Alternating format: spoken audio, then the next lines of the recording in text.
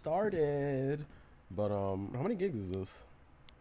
It's 4 gigs. Why is it taking an hour and 30 minutes for an update to download? How big is this update? Man, the polygons on those Lego models must be really high tier. It's not. No. It's not that because all that was like 600 megabytes. It's an update for this game. I don't know how. Like, ugh. Meanwhile, Street Fighter is 45, 46, 47 minutes away from being done. Ugh. Man. Should we just wait and play something else? Or I guess.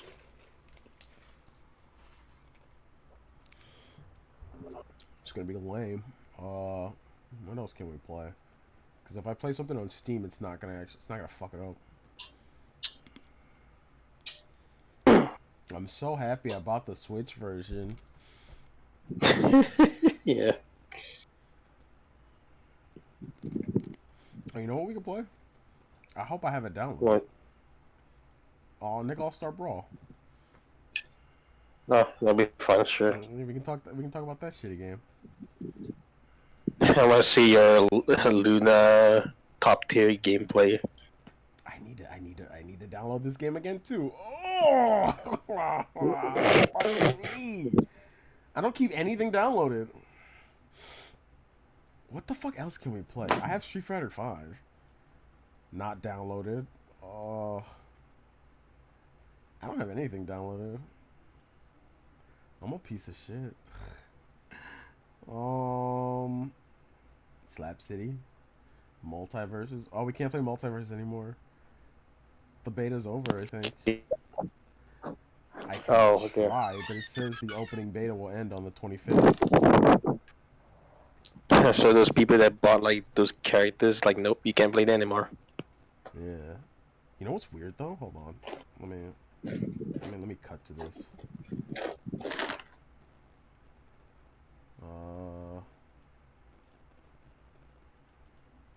No screen. I'm sorry. No screen. There's the overlay.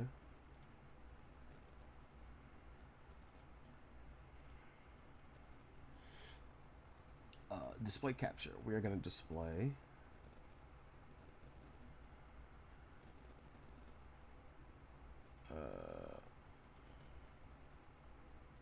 Yeah, I don't think it matters. There we go.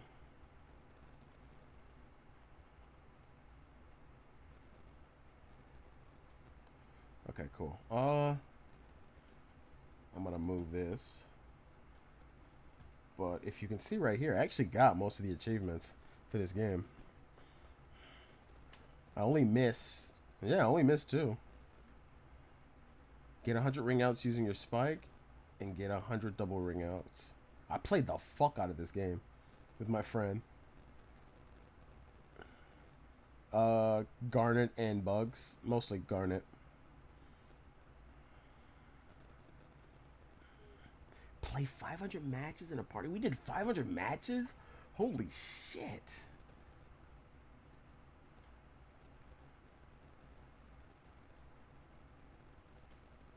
I think it was the Gremlin? No, not the Gremlin. What's the thing called? It was either what?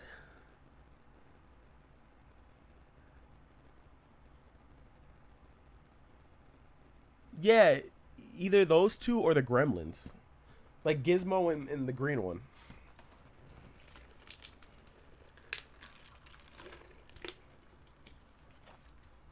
It was one of those 4.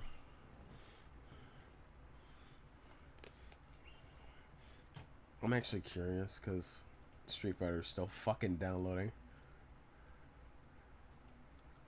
Nobody remembers Fern. Nobody remembers him. He's not important. Why would you remember him?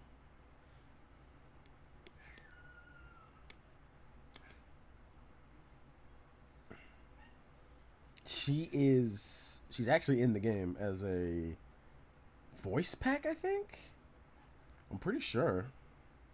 Wait, is this only 4 gigs? Holy fuck. Okay, we might just play this until fucking Sonic is done. Set. No, no, I'm not doing that. You must think I'm crazy if I'm gonna do a fucking Fortnite stream. Nah, no Fortnite. We ain't doing that. Oh, God. Mm.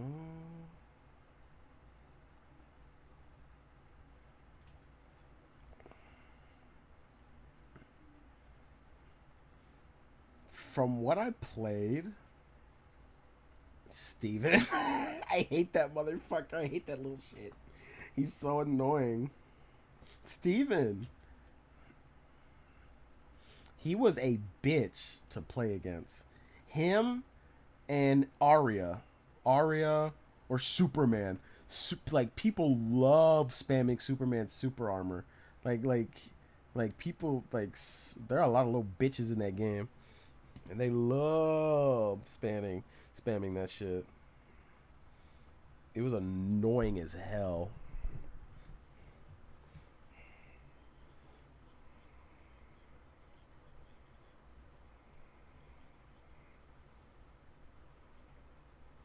Finn, I hated Finn. I'm basing it off of characters I hated to play against. Finn was alright, I guess.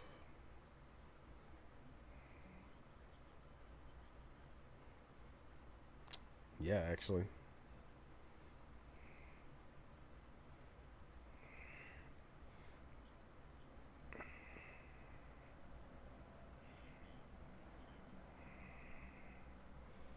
They were fun if you know how to use them.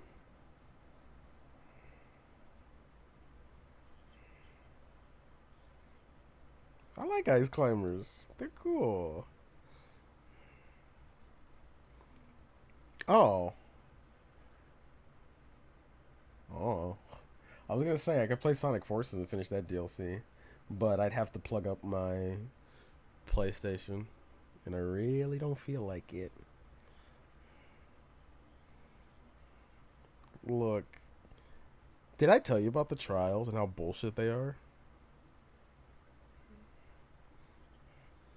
Yes, for the final update, because you get to play as Tails, Amy, and Knuckles, but then you cut back to Sonic to do certain trials, and the trials are ass.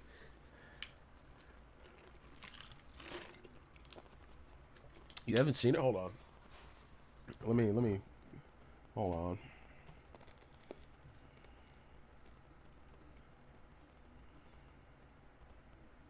Not Forces. Oh my god, Frontiers. My bad.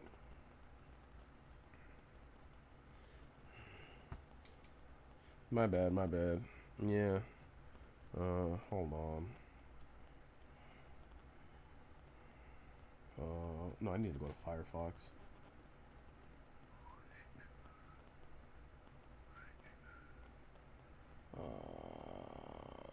Where is Firefox? I'm not gonna. Which girl? I thought. Oh, I thought you were talking about Trip. No, you. I wish. I thought that was a thing. That would have been cool to see.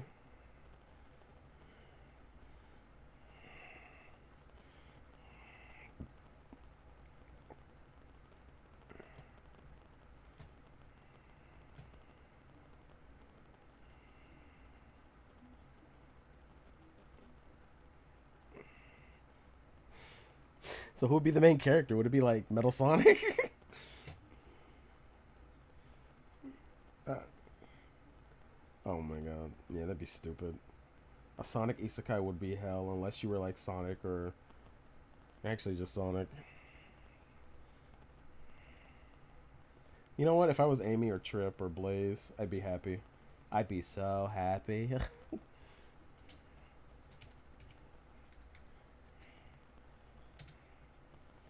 Some people Some people do, maybe.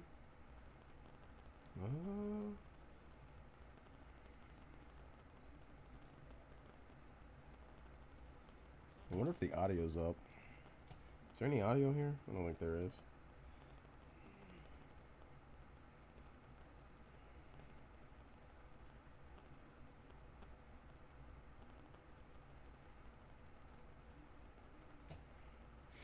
Claritin. Try Claritin. You'll love it. Can you... Yeah, Claritin. It's okay. Also, my God, that is like dog shit quality.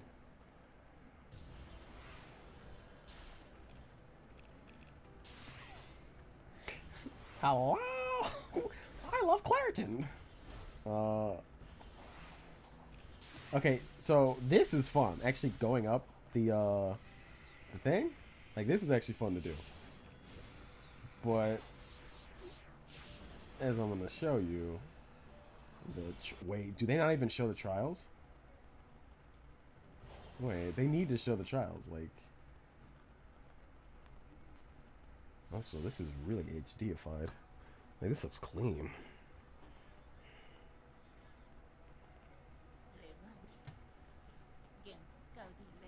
I can't hear it, so. Oh wait, here's what I'll do actually. I will actually switch to this for you so you can hear it, and then I can hear it too. Is it loud? Yeah. Okay. They skip. Okay. Maybe they show the trial, but they shouldn't skip it.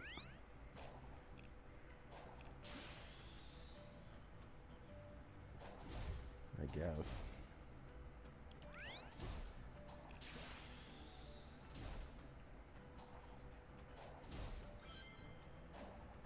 Yeah. Oh my God. They don't show it. They need like they just show the progression up to the trial. Nah, I don't like that. Nah. Yeah, no, I got blue balled. Nah.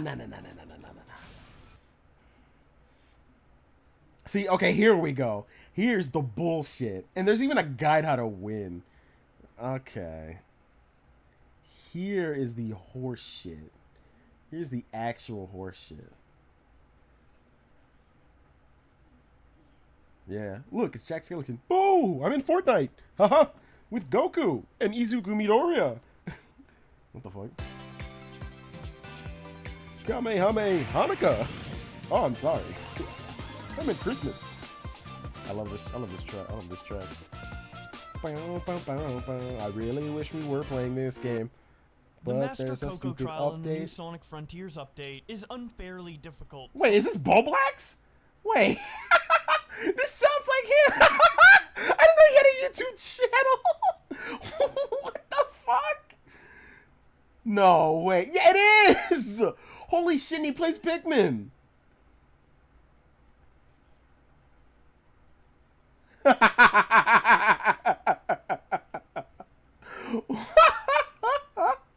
What the fuck?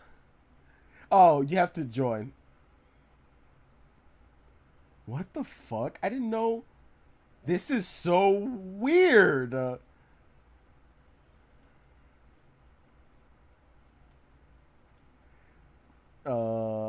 We need to watch this. Okay. Yellow Pikmin or LP? Probably.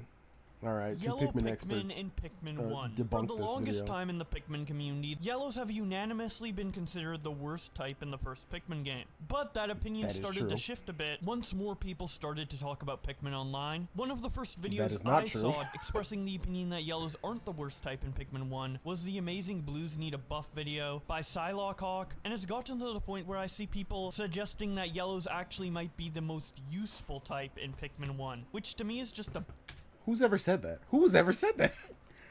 I've never heard that.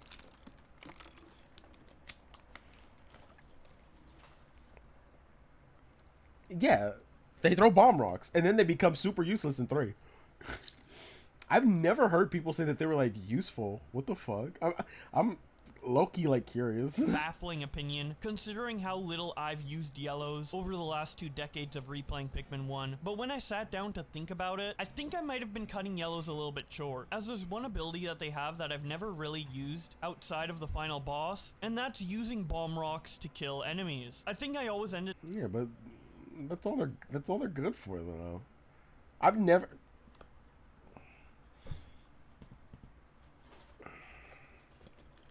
Oh.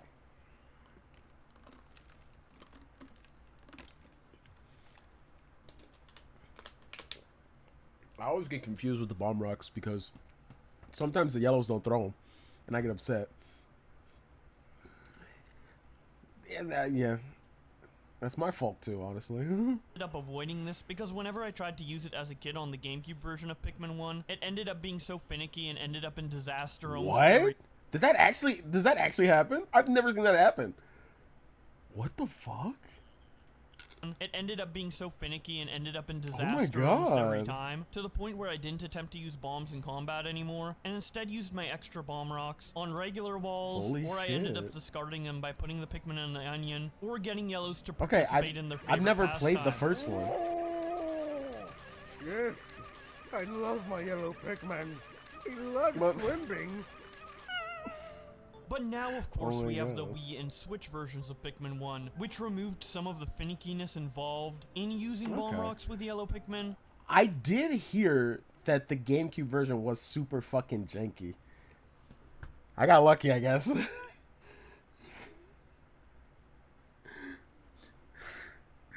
Oh my god, now I kind of want to play the GameCube version. And I'm 26, I'm not a dumb kid anymore. I think Oh, okay. He's older than me. Ha ha. How old are you, Raptina? Ha ha. Old I can handle asses. trying to use bomb rocks on enemies. Oh my god. What the wait, that didn't even kill all of them. Hold the fuck up. Hold on. I think I can handle trying to use bomb rocks on enemies now. Oh, it's because of the bomb rocks. Okay.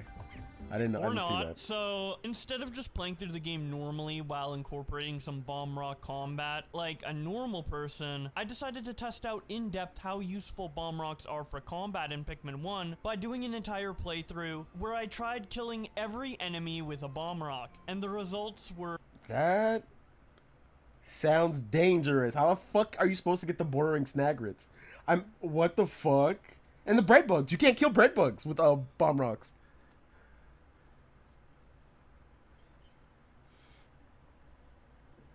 Yeah. There's also...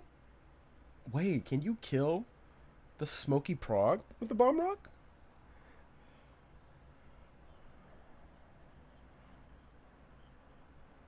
That too. How the fuck can you... I'm so curious now. interesting to say the least. So unlike in Pikmin 4, you can't throw multiple bomb rocks. Good lord. By the end of the game, you... No? Because you have to...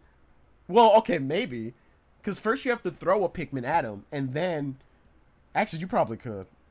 But I was going to say, like, this is, like, at the end of the game, Pikmin 4, this is how many bomb rocks you actually do have. At an enemy at once, because once you Game's so command a fucking bomb rock easy. Pikmin to throw their bomb at an enemy by throwing them near it, they will cancel their attack. See, this is what happens to me. They get scared and then they run away. Like, am I a fucking idiot? Oh. But they don't throw it. They look at the enemy and they go, oh shit, and they just run away. Oh my god. If another bomb Pikmin is thrown near the enemy that they're targeting, resulting in this loop of nothing happening if you try to throw a bunch of bombs at an enemy at once. So the most efficient way to throw... Did you see that? I thought that was funny. That last one was like, fuck you. Look. So the Fuck most you. efficient way to throw multiple bombs at an enemy is to time your Pikmin throws to where the first bomb Pikmin throws their bomb Oh. right before the second bomb Pikmin lands, meaning that you're only able to get 2 bomb throws in before the enemy can... Whoa, what's the idea?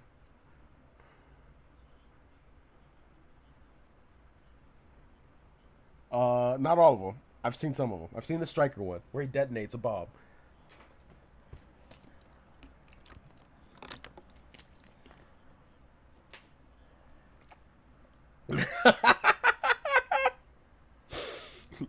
Yellow Pikmin 1. Bomb Rockality.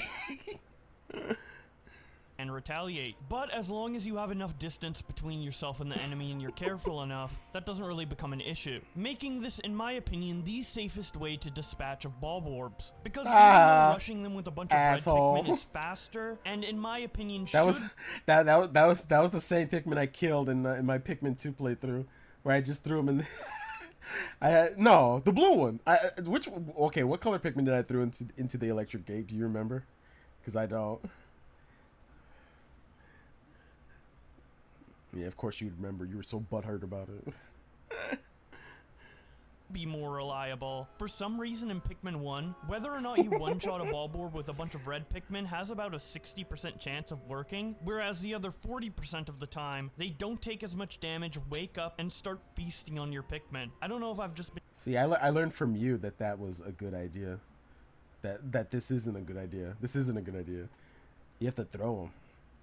Doing something but sometimes wrong it all works. these years, but there doesn't really seem to be any rhyme or reason to what will make a bulb orb instantly die versus only take a bit of damage from a group of red Pikmin, leaving bomb rock throwing as the most reliable and safe option to dispatch of them. But preventing a random loss of 5 to 10 Pikmin isn't really worth the time it takes to get the bomb rocks and throw them at the enemy unless you already had some on you. Wait, can you even get...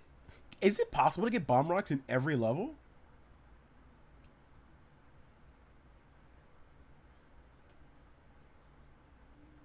Oh, right. Okay. Man, yeah.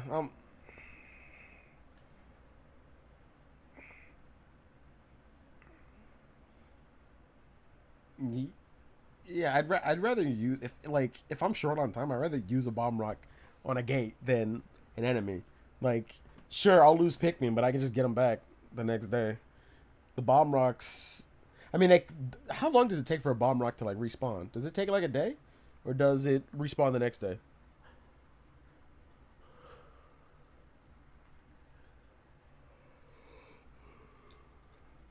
Okay. Yeah, that'd actually be bad if it didn't respawn for one day. Walls. An enemy that because the enemies take 3 days to respawn, or wait, okay, yeah, and then in Pikmin 4 they don't respawn at all.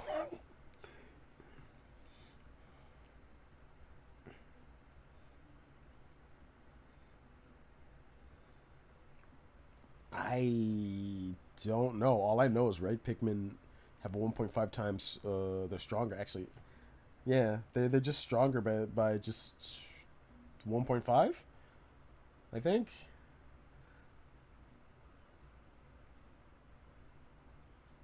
Yeah. Is worth getting bomb rocks for, though, are Wallywogs. Yes, arguably one of the most deadly enemies in all of Pikmin. Yeah, easily killed with just 2 bomb rock throws. But what if I told you that? Hold on, let me show you. I'm waiting. That's why there's no Sonic Superstars. I'm fucking waiting. What is it? The stream? Yeah, somebody, Kai was like, "This is not Sonic Superstars. I can't play it right now. There's a fucking update." I mean, yeah, I could technically. And also, are you streaming, Kai? Yeah, are you streaming? Are you, the viewer, streaming? I think not. 35 minutes. Huh. Yeah, okay. Anyway. Back to Pikmin. Useful application of using bomb rocks in combat as one of the most surprising. Oh, there's only two uses of bomb rocks, right? I'm not wrong, am I?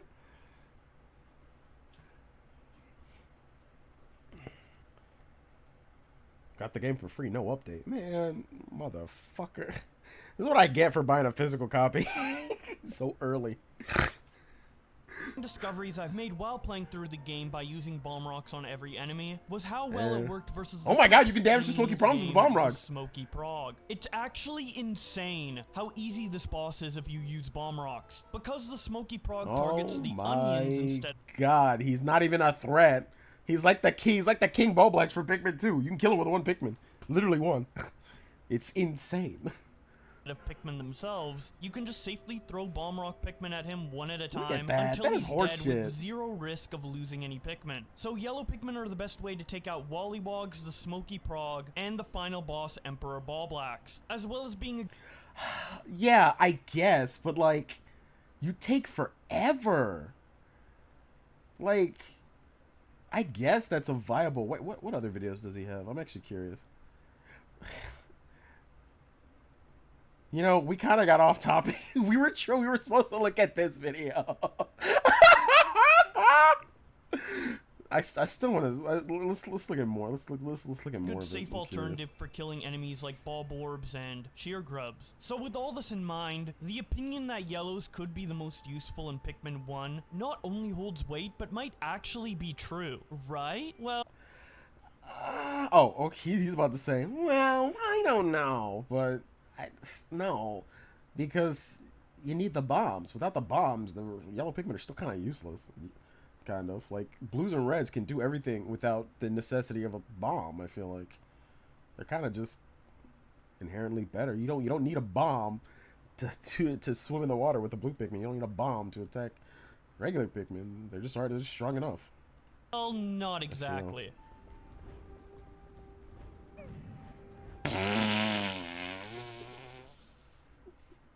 I didn't know they could do that.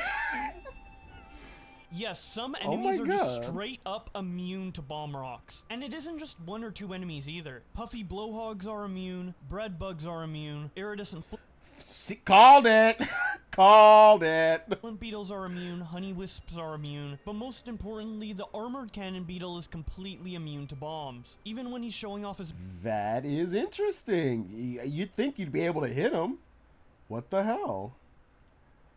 big red butt, he's just too thick for a bomb rock to do any damage. Then there's the enemies who technically can get damaged by bomb rocks, but only in very particular scenarios. If the Wait. bomb is timed exactly to go off when they are close enough to the ground. That's Like the funny. swooping snitch bug, the Those whooping snitch bugs deserve it. They're fucking annoying. Oh, burrowing burrowing snagret. snagret, and the baldy longlegs. And with the latter two, even if you do end up hitting them with a bomb, it does so little damage that it's not even Oh, to answer your question, Reptina, I guess you can kill the what the fuck is this thing's called again? I forgot what it was called. No, not the burrowing snagret. This thing, the beady longlegs. What? I am not I'm not a true Pikmin fan. worth can trying to tell. use your bombs against them, and that rings true for other boss enemies like the Puffstool, the Gulix, and the Mimuta. Looking at the list of enemies that can't Oh my god. Wolpog, Wallyhop. Oh, they're called Wallyhops. The white ones. Interesting.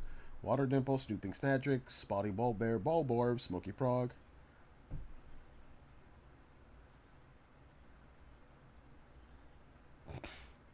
Wait, bruv. Can I fancy a fag? Fancy a cig? Wait, mate.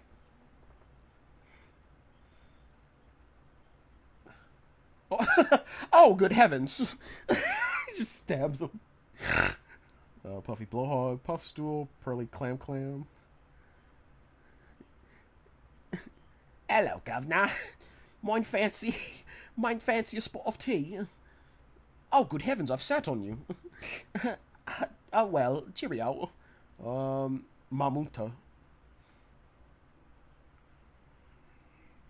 Do I want a Wally hop up? No, I wouldn't want that. Maybe none of these enemies, actually. I don't like any of these enemies. They're all ugly. They're all ugly. Let's be real. None of these look appealing. Maybe Ballblacks, really? Wait, where's Ballblacks? Ballblacks? The beady-eyed motherfucker? You think this asshole looks appealing? He looks like he's gonna he looks like he's gonna like swindle you. Look at his beady little eyes. Ballblacks.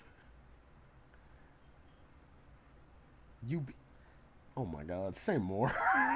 That's nothing. Oh my god. Alright, let's continue the video. be damaged by bomb rocks or can be damaged, but in a way that is so negligible that it's not useful at all, versus the cases where bomb rocks are useful to use against those enemies. The list doesn't seem that bad, with only about half of the roster being bomb rock resilient, but if you take into account That's still not good. Like, okay, I get it. All the yellow ones, they can be bombed.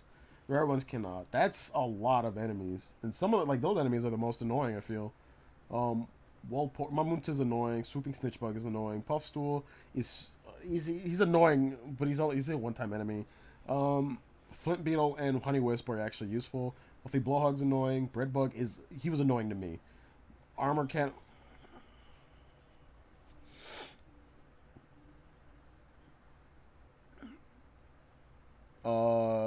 Not often, because I've never seen Gulax.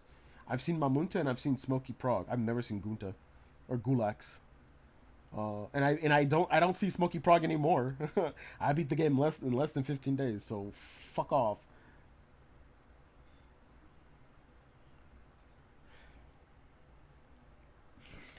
Look, it was my first time, asshole. I beat it in 19 days. Leave me alone. I think it was 19 days. Yeah, I did. Well, you kind of did. A little bit. Wait, what? All right, how many days did it take you for the first time? Yeah. Wow.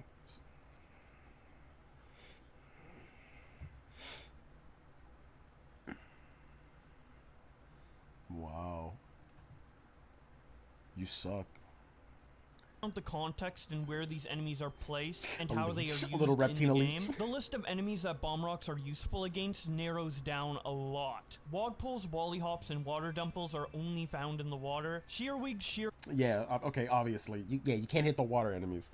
So that's a big given. Oh, yeah. But the Wallyhops or the tadpoles, they move really fast. You have to get lucky to hit those. Oh. Yeah, you can always hit them. This is the one that can fly in the air, right? Like after a while. I feel like that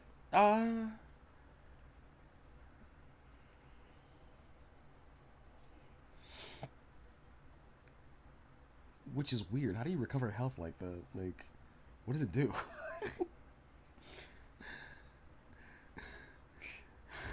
God, I hate Bulborbs. They're so ugly. grubs, and dwarf Bulborbs and Actually, no. Bulborbs are fine. Bulbears are the ugly ones. They look like they have chapped lips.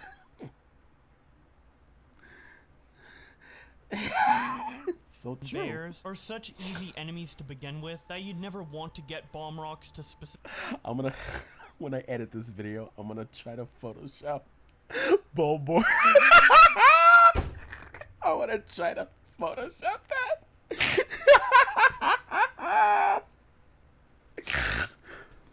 I'm making this a video. It's fucking funny. Specifically used against them, and fiery blowhogs are so easy and safe to take out with red Pikmin that there's not really any point. Lie. I hate these assholes. I always get my ass kicked by these two motherfuckers.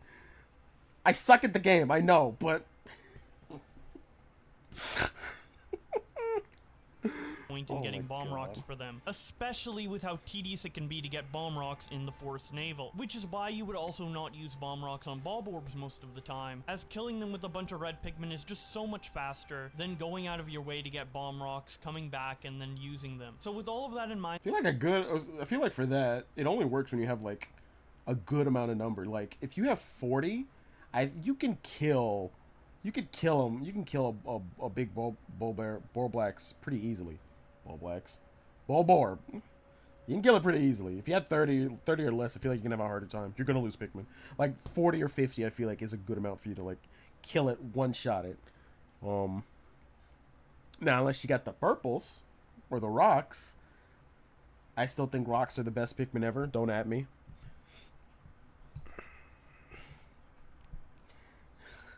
I like them. They're cute. and the They're only like remaining plank, enemies except they where make using noises. bomb rocks against them is the best option are Pearly Clams, the Smoky Prog, the Emperor Bulblacks, and Yellow Wallywogs. And since there's only one Smoky I don't think I've ever used bombs on Emperor because I don't know how to beat him properly. I lose all my Pikmin during that. Oh. See, I could do that in the other games, just not in this one. Like, it's easy. Shut up! This game is hard. This first one's hard, alright? Leave me alone. One Emperor Boblax, and one Pearly Clam that you can actually attack with bombs since the other two were surrounded by water. The only time you would casually want to use... Oh, those eyes! Look at them! Every time I see these motherfuckers, I get like... They look like they've just been through a war. They look Bomb so rocks crazy. versus an enemy is if you have some extra for Bulb Orbs, or against yellow Wollywogs, which appear for the first time in the Distant Spring, making red Pikmin the superior option for combat for the vast majority of the game. But bomb rocks aren't only used for combat. They are needed to break... Well, no shit. They're no shit. I wonder what you use them for.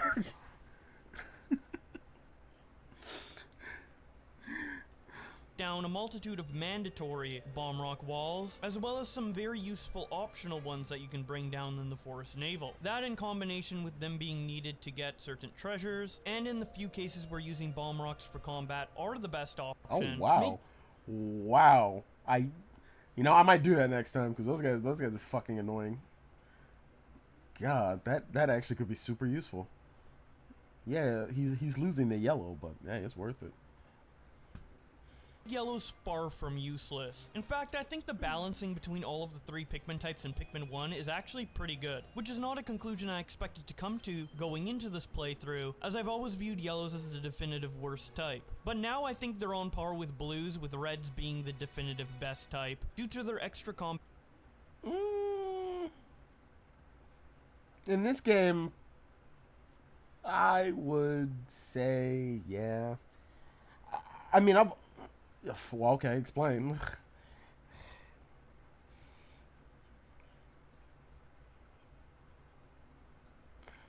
True.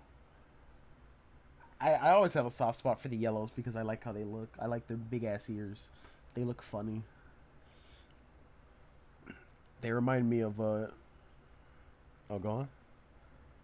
I don't. I hate that movie. They remind me of you, Reptina. With your big ass ears. I didn't say that. combat strength being so consistently useful throughout the entire game. But I don't really think reds fuck these enemies. deserve to be the most useful type. Because conceptually, the yellow Pikmin are just way cooler. Using explosives to destroy your enemies sounds fun as heck. But in the actual game, that fantasy kind of falls short due to the limit set by the game to only have one bomb Pikmin be able to attack it's an just in enemy certain at a time. areas. And I know why they do that. It's in certain areas, and when you use them, you're just primarily using them for the walls. Like, if you have any leftovers, if I have any leftovers, yeah, I'll use it on the some of the enemies. But that's if I have any leftovers, and I usually don't. Not often. To protect the yellow Pikmin from being blown up. But honestly, I think they should have made yellow Pikmin immune to explosions. Imagine being able to rush an enemy with a bunch of bombs at once, without any worry of your Pikmin dying unless you have red or blue Pikmin in your party. You know what? That would make them cool. If they're immune to bombs. I don't what do you think?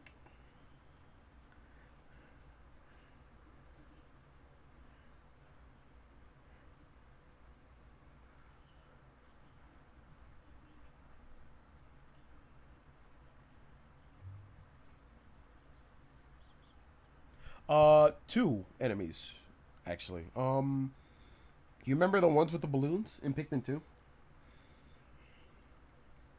Oh, yeah, you're right. There are none, thank God. I would kind of like that, and that would make them viable in 2 and 3. Like yeah, all the other Pikmin can pick up rocks, but yellow Pikmin are the only ones that are immune to them. So you probably want to prioritize the yellow Pikmin to pick them up. I feel like that would be kind of cool. They're basically the Junkrat of Pikmin.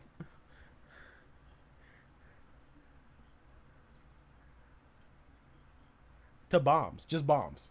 Not anything else, just bombs. They just have a bomb immunity. If they're immune to everything, that'd be stupid. Wouldn't be. Now we call them the glow Pikmin. They're immune to everything.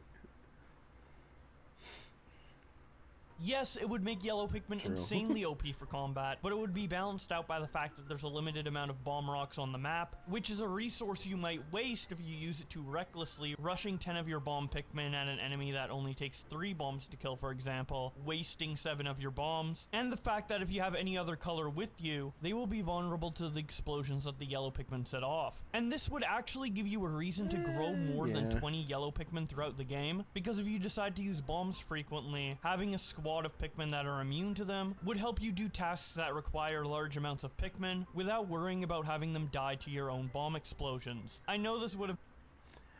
I always grow more than 20 because, you know, there's some areas that certain Pikmin can't reach. I mean, I think people always forget that the yellow Pikmin have the longest reach, but it's only used for, like, certain things. And then you have flying Pikmin, which can nullify that. They can just fly up there, right? Actually, yellow. Yeah, yellows do kind of fun. Hashtag.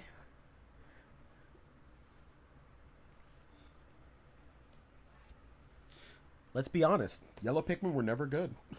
Can we agree on that?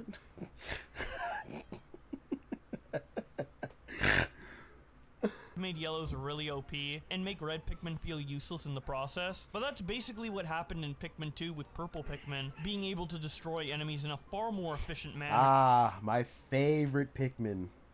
Not because they're fat.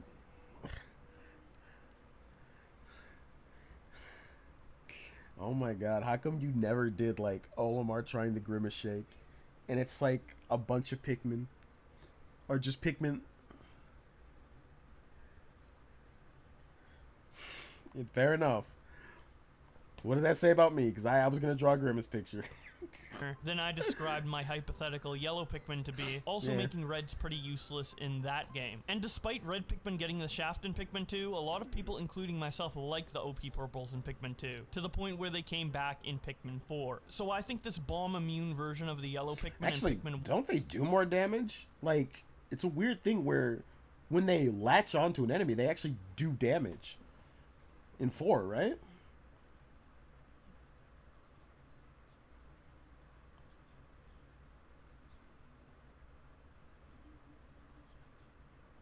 Yeah, because I think they do the same amount of damage as everyone else, but when they latch on, they do a lot of damage. I actually like that that they changed that for Pikmin 4. They're not as OP, but they still do some damage. Oh, they also can instantly kill like smaller enemies, like the Bulborb, the larva Bulborbs. Like when they do the ground attack, that actually like kills them. So they are still useful. Fuck those trials. Maybe I should platinum that on stream. Pull out all my hair. Yeah, I know. I won't.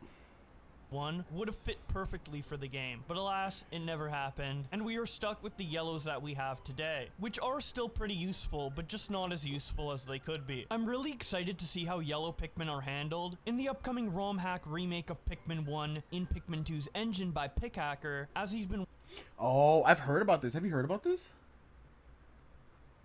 It's Pikmin Square, where it's basically Pikmin 1, but in the Pikmin 2 engine. It's actually pretty cool. It's a pretty cool thing. It's basically just the whole game of Pikmin 1 on the Pikmin 2 engine, and I think it just plays a lot better.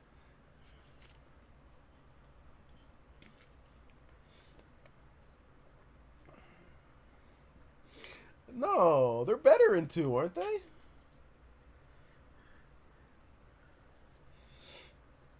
It's an interesting fan ROM or edit or whatever the fuck it is. Like this was cool. Caveless edition is really cool. And then there's one where it's just all caves. It's literally just a giant cave, which, man, we should play those. We need to play those and see how they play.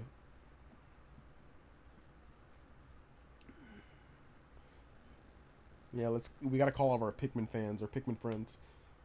Actually, I don't think we have any Pikmin friends. Huh. Yeah. All 2 of them. Being me and you. Working on it for years and is going to have a ton of quality of life features to the game, such as the improved AI from Pikmin 2, meaning that I might finally be able to kill Bulbarbs consistently with red Pikmin in the first game, as well as fun bonus features like co-op mode, randomizer mode, and a whole new extra side story with Louie. I haven't really been keeping. Oh, okay. I didn't know about all that. That would be cool. A randomizer mode, a Louis, like a Louis story mode. It's just him eating all the Pikmin. Probably won't even be that fun.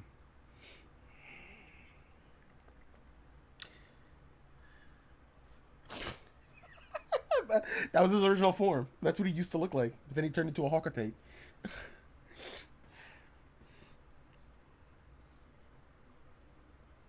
A Namekian or a fucking what's that thing from fucking Xenoblade? That giant metal thing? The Mechanist?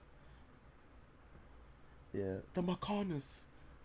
Up with all of the little details of its development as I'm just waiting for the game to come out to play it. But the thing I'm hoping for the most is a 2-captain mode. I know there's co-op where each player can play as a captain, but I'd love a single player version of that where I can switch between 2 captains just like in Pikmin 2. In that game it wasn't too useful to have 2 captains, but in Pikmin 1 I'm always wishing I had 2 captains to switch between, as the whole game is centered around doing as much as you can within a singular day, which is the setting we're having.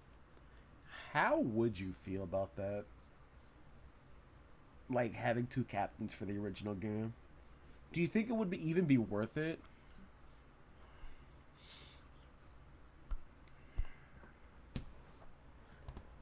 Okay, but what about if it was Ochi?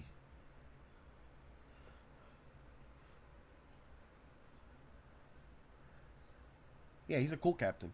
That's why I was like wondering, like, would Pikmin 1 be better if they had Ochi? Basically, I'm saying the Olimar story mode, but with the original map layout. The you know, from Pikmin 4.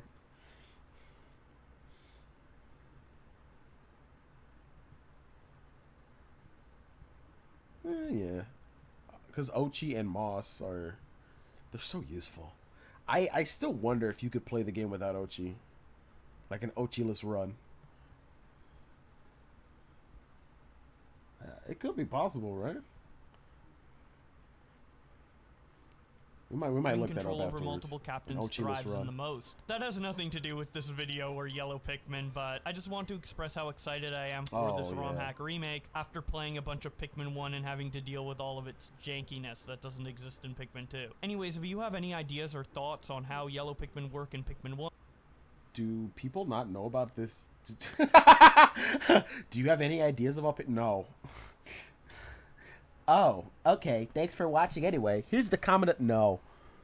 Oh.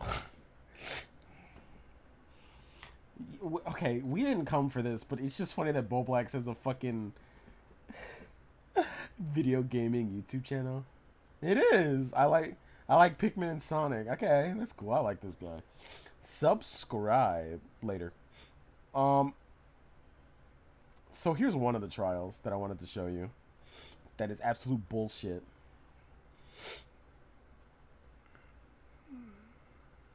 Because it's the master trial. The master trial is such shit. You're gonna see why. Introducing a solar and battery system brilliantly designed to be simple. I don't powerful. care.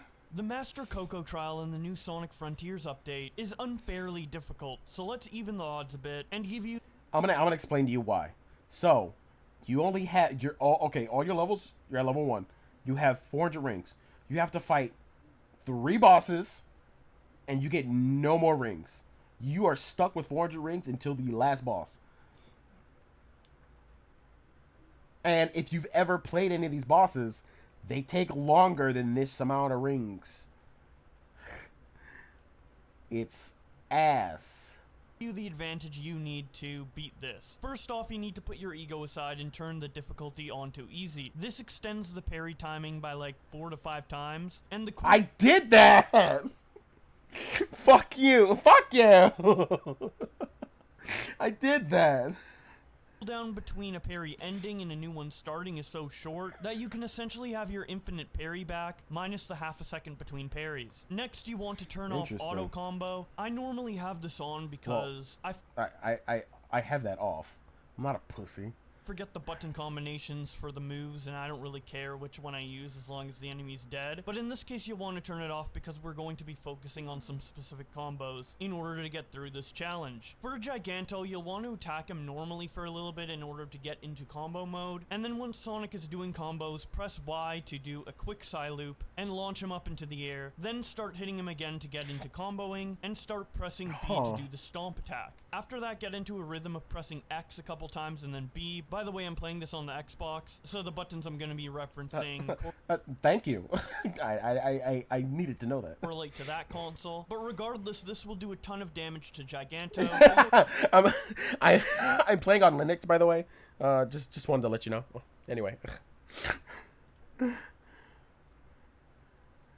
Oh no. Want to stop attacking once the health bar stops depleting at the halfway mark, as Giganto needs to land to start his second phase. During this phase, you want to do the same thing. Your quick side loop bar may be depleted, so just keep attacking him normally with the stomp attack until that comes up again to do another quick side loop. And then remember to parry right after, because in the second phase, he does a swipe at you after you quick side loop him. After that, start stomping him again. He does do that, and it's super shitty.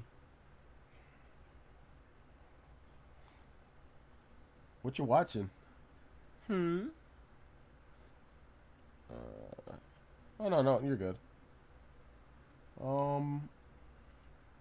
Okay. To the Wyvern boss fight. For the platforming segment before actually fighting the Titan, despite what the Knuckles theme says, you'll want to take it slow and focus on dodging the projectiles over finishing this segment quickly, as rings are your most valuable resource here, and this challenge isn't timed outside of the amount of rings you have to be able to stay in supersonic form, so you can be as slow as you want while you're normal Sonic. To beat the Wyvern boss fight, obviously you need to parry the bullets, parry his swipe attacks, and then you want to put him into a quick side loop just like you did with Giganto, except this time, once you quick side loop, it spawns you kind of far away from the boss, so you'll need to boost towards him and use the homing shot attack to get back into position, where you can then start stomping on him. Once you get to the second phase of Wyvern, I highly recommend not quick side looping, as you will need the bar to be filled for the first phase of Night. Again, just like with the Wyvern, you'll need to focus on not losing your rings at the beginning of the Night fight before you turn into Supersonic. My best tip for avoiding losing rings is that once you get knocked back, do an air boost and then you won't lose your rings. You can get hit as many times as you want, but if you air boost before landing, you'll never lose your rings. Once the fight begins, just keep attacking him until you get into the phase where you're on the disc, slam into him like normal, and then use the quick side loop and the stomp attack to get him into his second phase. Here you'll want to do the same thing as when you normally fight him, use the parry to knock the disc back into him, do a quick side loop, start stomping, and then do the final quick time events to finish the trial. With all these tips in mind, I actually failed doing the trial the first time, and on my second attempt, oh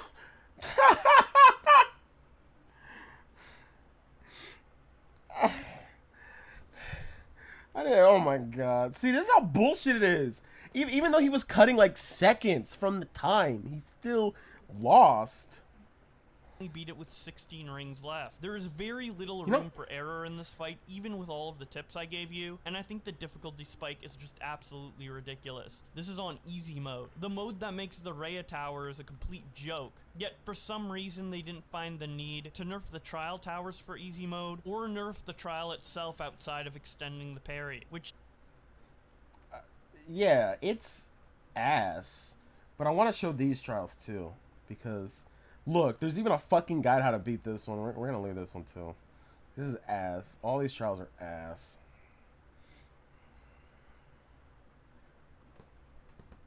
By the way, 10 more minutes. Oh, go on.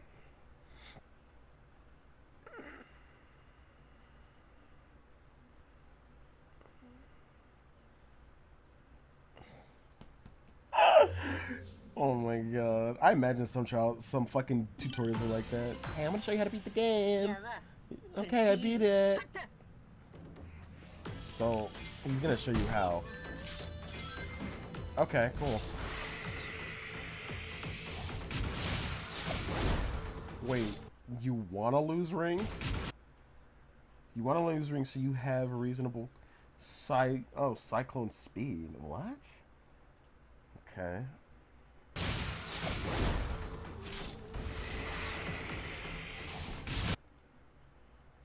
I'm just doing this because my fucking video keeps going out.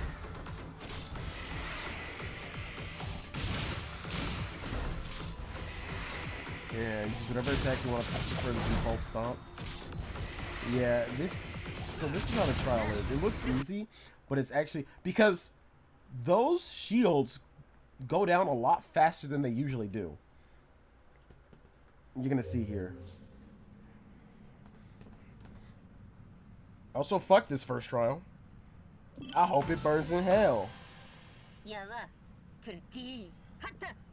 Watch how fast they go.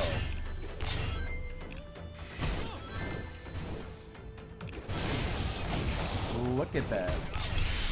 Like, he's having a hard time.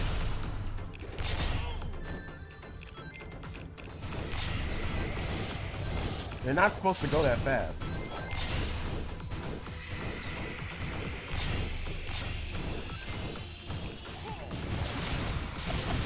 Even if you do that, like, the enemy's cooldown is ridiculous.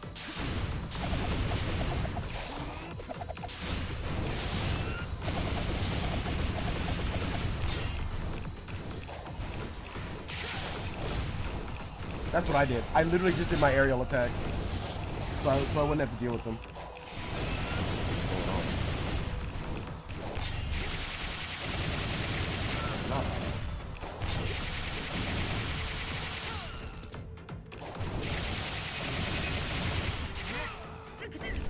It's horse ass. It's literally like ass to do those trials. They suck. I haven't seen any of the final boss stuff. Oh, I'm actually curious why this guy rage quit.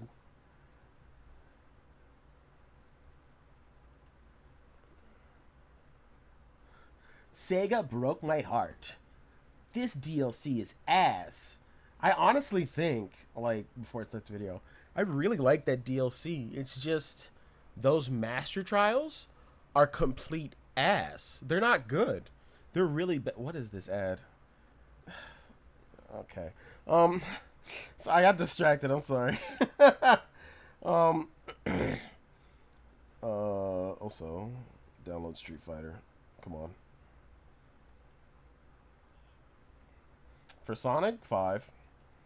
But I actually really like the Frontiers DLC. We're just gonna watch a bit of this. But I actually really like the Frontiers DLC.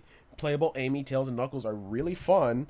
But those trials really bogged down the DLC. I'm telling you, if those trials weren't there, it would be it would be fantastic. That DLC would be amazing. Like, legit. Like, not even kidding. Of my millions of calculations, It's not. there was It's one ass. so remote and unlikely, I did not consider it. Yeah, that We Sega didn't- would drop the ball entirely on this DLC.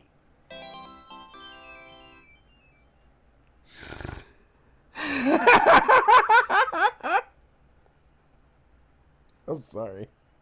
That was so goofy. I was genuinely excited for Sonic Frontiers' third and final DLC. It promised to fix some of my issues with the original game's repetition, add new playable characters, and improve both the final boss and the ending. The morning it dropped, I popped on a Sonic t-shirt, came downstairs, set my PS5 to... What? I'm sorry.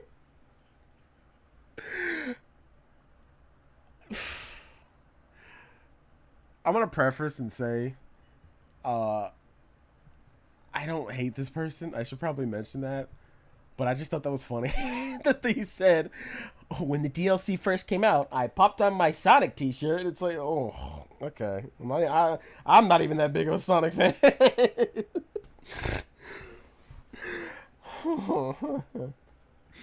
I popped on my epic Sonic t-shirt and I went to play the DLC. Whoa!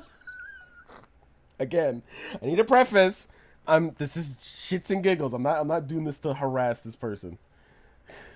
download the new content, and spent most of my workday looking forward to playing it after clocking out. Why then did I find myself, after 2.5 hours of gameplay, turning off my PlayStation 5, putting my controller down, and choosing to just watch the story cutscenes on YouTube instead? Because you had to go back to work? Yeah, that too. You're tired. I was going to say you had to go back to work. In short, this DLC features some of the worst Sonic the Hedgehog gameplay I have ever experienced.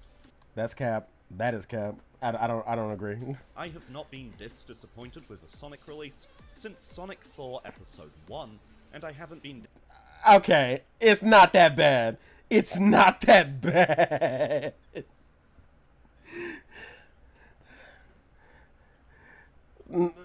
Sonic Episode 4 is bad, but I was not upset at this game as much as I was with Sonic Episode 4. Episode 4 is boring, it's a mess, and it's just like lame. The DLC is fine. Why do you hate Sonic Episode 4 so much? Because it killed my grandma, okay? This frustrated with the gameplay, level design, and hazard placement since the end portions of Sonic Adventure 2. On the God damn, are you...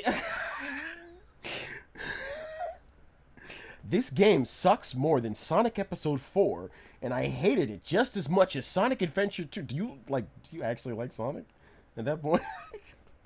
I'm kidding. I know what he's talking about, though. surface, things seem positive and well-meaning.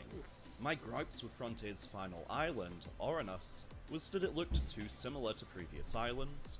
Repeating the same core loops to collect the Chaos Emerald saw me nope out through sheer fatigue.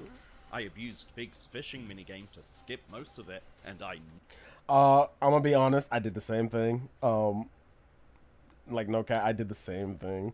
I'm not gonna act like the final island was like awesome, because it was, I just really wanted to get it over with, and I wanted to see what the ending was, so I did a lot of Big's fishing, and I'm happy that I didn't, because playing this DLC let me see the whole island, and I thought the island was nice. Oh, so my dogs are barking. I hate them. No, I'm not alone in that. And the final bosses were not only underwhelming, but switched gameplay genre on us. That is true. It is a shmup if you play on hard mode. Though there is no final boss in normal, but there is a final boss on the hard mode, and it's a fucking shoot 'em up. And it's not good, I'll be honest. I'll agree on that. Also, my dogs are barking again. Yay. Fucking idiots. In theory, changing that island to have a playable Amy, Tails, and Knuckles collect the emeralds, while Sonic, to save spoilers, takes care of something else, could provide an injection of sorely needed variety, helping to distinguish the endgame from everything that came before. In practice, Honestly, the DLC felt like it should have been the actual final story. Like, it should have been that instead of what we got. Because I really do think that final DLC was actually supposed to be, like, the actual final game. But they were strapped for time.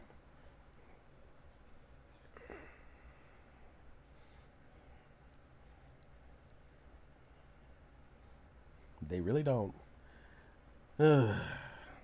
Sonic Team fumbled the ball spectacularly. I had assumed that this DLC would take place at a point in the story where Amy, Tails, and Knuckles seemingly miraculously and instantly heal Sonic's cyber corruption. It felt like something was missing there on my first playthrough, and I said, that will be filled in with DLC. I was wrong. That scene still seems very strangely paced, with the issue resolved too quickly and easily. This DLC... Yeah.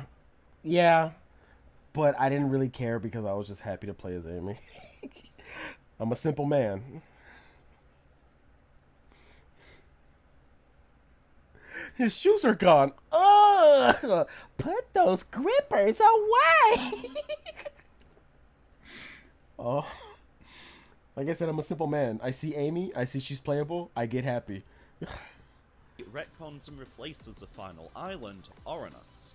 If you want the original, it's still there, you can still play it, but if you want that new shit, then there's a giant warp ring on Uranus that will take you to the brand new take on the game's finale. And given my thoughts on this new content, it's a good thing that it's entirely optional. You've got a lot going on. I kind of, from what I played, I kind of wish it was the original ending because I like it more than what we got. Like I said, the original ending was kind of haphazard and a little bit lazy, and I think that's just because they were strapped for time. But this ending feels, or at least what I played, just felt better. Like, I'm not gonna lie and say that all the characters felt amazing. They were great. Like I said, Amy was. No, they weren't. Amy was really fun to play. Tails was different. I like that he didn't have a homing attack, and Knuckles was there. Need to think clearly. Get out. I don't have it. Focus where it matters most. His glide felt awful. He did not feel fun to play.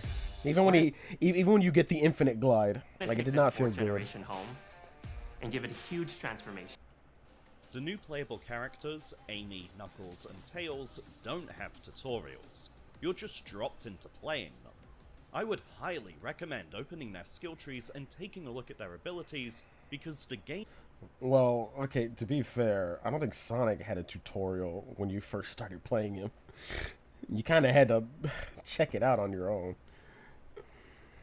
to be fair. But to also not... Oh, go on. Yeah.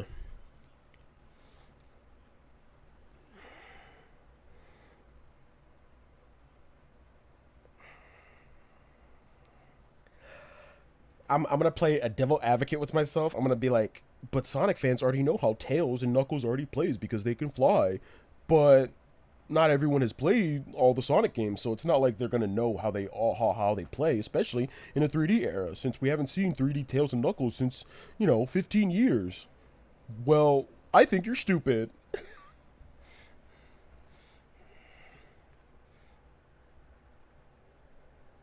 True. Like, they should have put a tutorial. I'll eat crow for that one. Like, I'll admit I'm wrong. Because I am. I'm obviously wrong. game's not going to communicate them to you. The Psyloop is a new ability that was introduced in the base Sonic Frontiers. It's okay, wait. I know what he's going to say. He's going to be like, why do Tails, Amy, and Knuckles have the Psyloop? He's going to say that. Required to interact with many of the game's collectibles.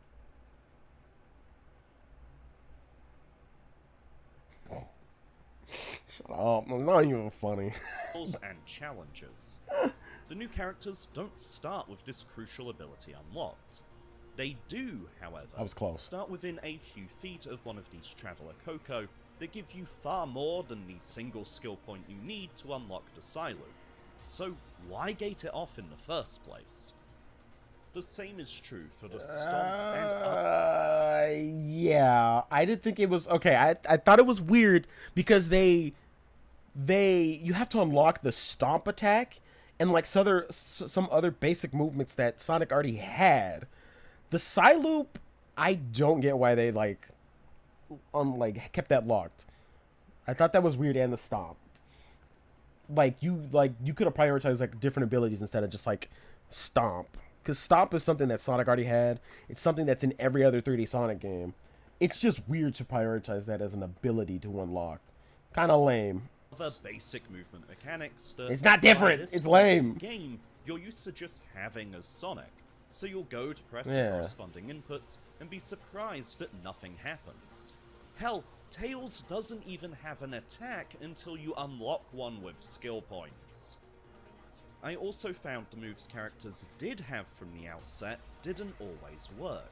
For example, Amy's homing attack was very hit and miss, to the point that I initially wrongly assumed that she didn't have one, following multiple failed attempts to homing attack a spring. Outside... I didn't have that many... I personally didn't have that many issues with Amy's homing attack. Or Knuckles' homing attack, honestly. There were some, but it's not as bad as the guy says, I feel. of that, Amy has a triple jump and a glide that evokes her tarot cards, as do most of her in-game abilities. And her cutscenes. That's one way to give her a distinct defining feature, but it makes me miss her hammer. I also found that her triple jump made the camera jerk upwards, making platforming sections unnecessarily difficult. Oh look. Again, I actually liked her double jump and her triple jump. It actually was fun to use. I never... Again, this is me. I'm, you know what? I'll also preface, I'm so used to bad Sonic games. I should probably start with that. I'm so used to bad Sonic games.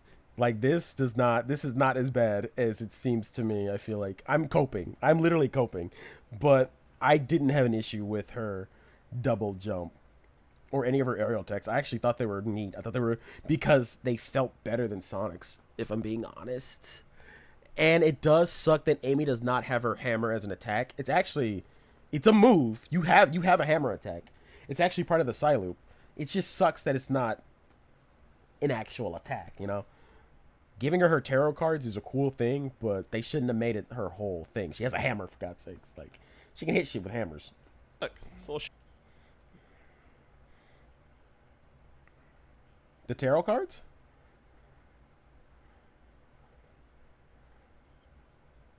Actually, that would be cool. Like her floating around with her tarot cards, or like throwing them like a homing attack, kind of.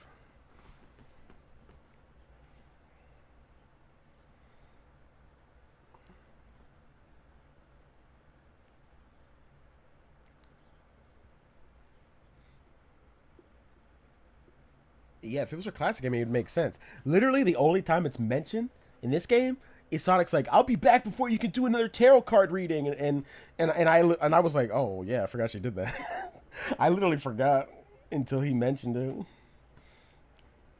It's funny because that was one thing that was mentioned in CD, and it was never brought back until now, Origins and Frontiers. All right, back to the video. Shadowing. Knuckles retains his glide and his ability to climb some walls. The glide feels off. He holds himself in the air for a moment before starting it, something that has led to the discovery of an infinite jumping glitch for Knuckles, which you'd have thought Sega would learn from Sonic Boom, but no. Man, shut up. Yeah. That's bad, though.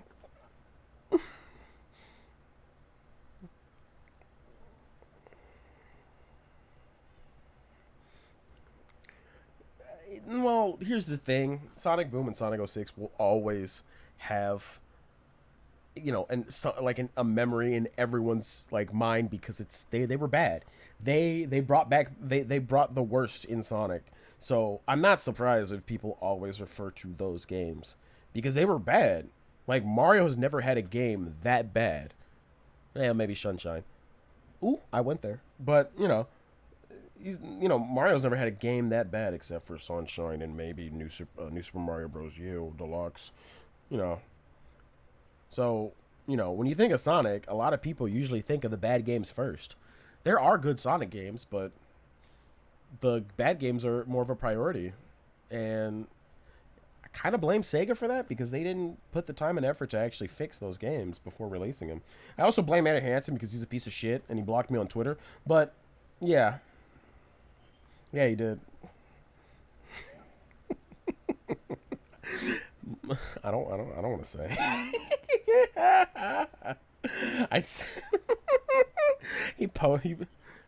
Yeah. Wasn't anything Sonic related, but I do hate his takes on Sonic. Advance Wars. It was about Advance Wars. I literally was like, oh great. That's all I said. And then he blocked me. Yeah. I mean, it was deserved, though. I was being rude. I did deserve it. After this stalled start, you then discover his turning... Also, Knuckles' glide sucks in this game. It is ass. Like whatever he's saying, I agree with. Arc while gliding is pretty wide. It generally feels delayed and unresponsive, like you're merely suggesting a direction to him. Wall climbing is now nerfed, being limited to just these red patterned walls, where previous games let Knuckles climb just about anything. Yeah, Knuckles is the worst character to play in this game. I'm not even gonna cap. Like, he's bad. Yeah, I know.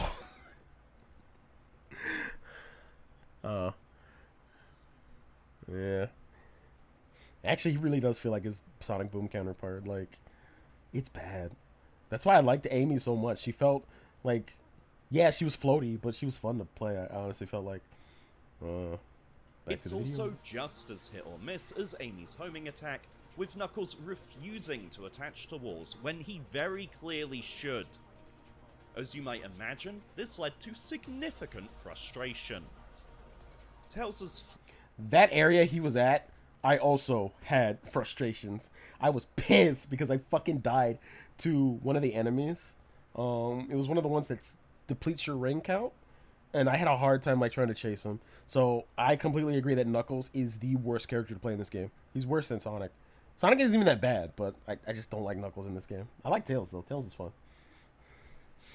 He's alright. Back to the video. flight took some getting used to. He seems to gain a burst of height shortly after takeoff, and then stays at that altitude. While he lacks a homing attack, and that is sorely missed when trying to land on springs and the like in a 3D... It is, but you can fly with Tails. I feel like... Yeah, no. But I feel like the fact that you can fly, I feel like it's fine. It is missed without the homing attack. It sucks. I got used to it. Again, I'm used to bad Sonic games.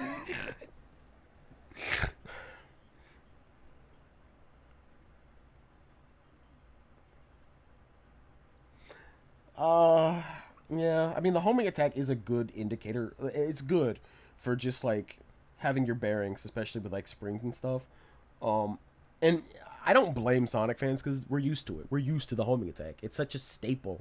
It defines modern Sonic. We've had it since technically 3D Blast, but we've had it since Adventure, and it's always been with us. So it's kind of like a essential kit for a lot of 3D Sonic characters. Without it, it just feels... The Sonic characters feel weird. You know. environment. Tails felt like the most finely tuned character with the most responsive and fun controls. Huh, Okay. I should probably finish this. can say something nice about this DLC. Oh, wow. Oh, I kind of like this DLC. No, wait, I'm wrong. But... That's literally him with this DLC. It alright. It not good. Or nuance. Yeah, Tails is fun to use. It's not good. It remind me of Sonic 06. He also benefited from some of the better designed platforming and Chaos Emerald challenges.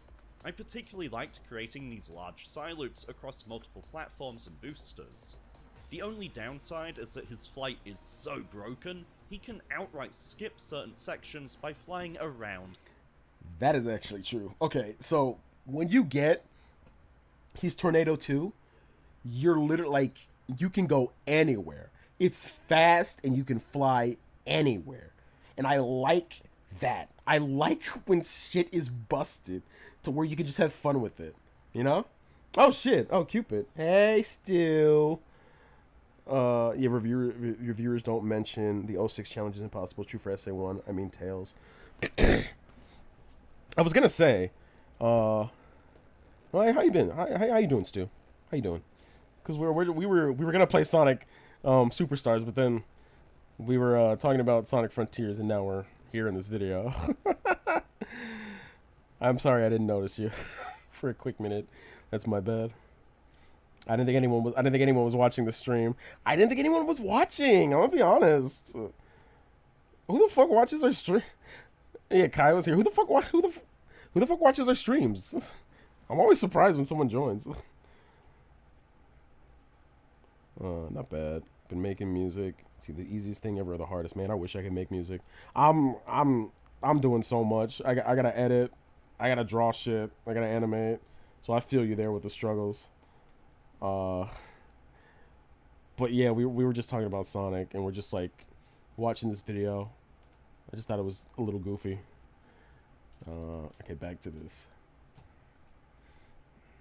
Or over them. But then again, that's also true for Knuckles' glide ability, something that really showcases the fact that the game's egregious pop-in has never been addressed or resolved. Yeah, it wasn't. They said they're gonna fix a lot of stuff, but the game still feels like how it felt in the original. Got to shave. All right. Oh yeah, Knuckles has an infinite glide, which is interesting. You have the same altitude and you don't fall. So it's literally just Tails is flying. It's kind of weird. Yeah. Cyber attacks Oh, Dad. the institutions we all rely on. When these organizations run on Google Cloud, they're defended by the same AI-powered security that protects all of Google.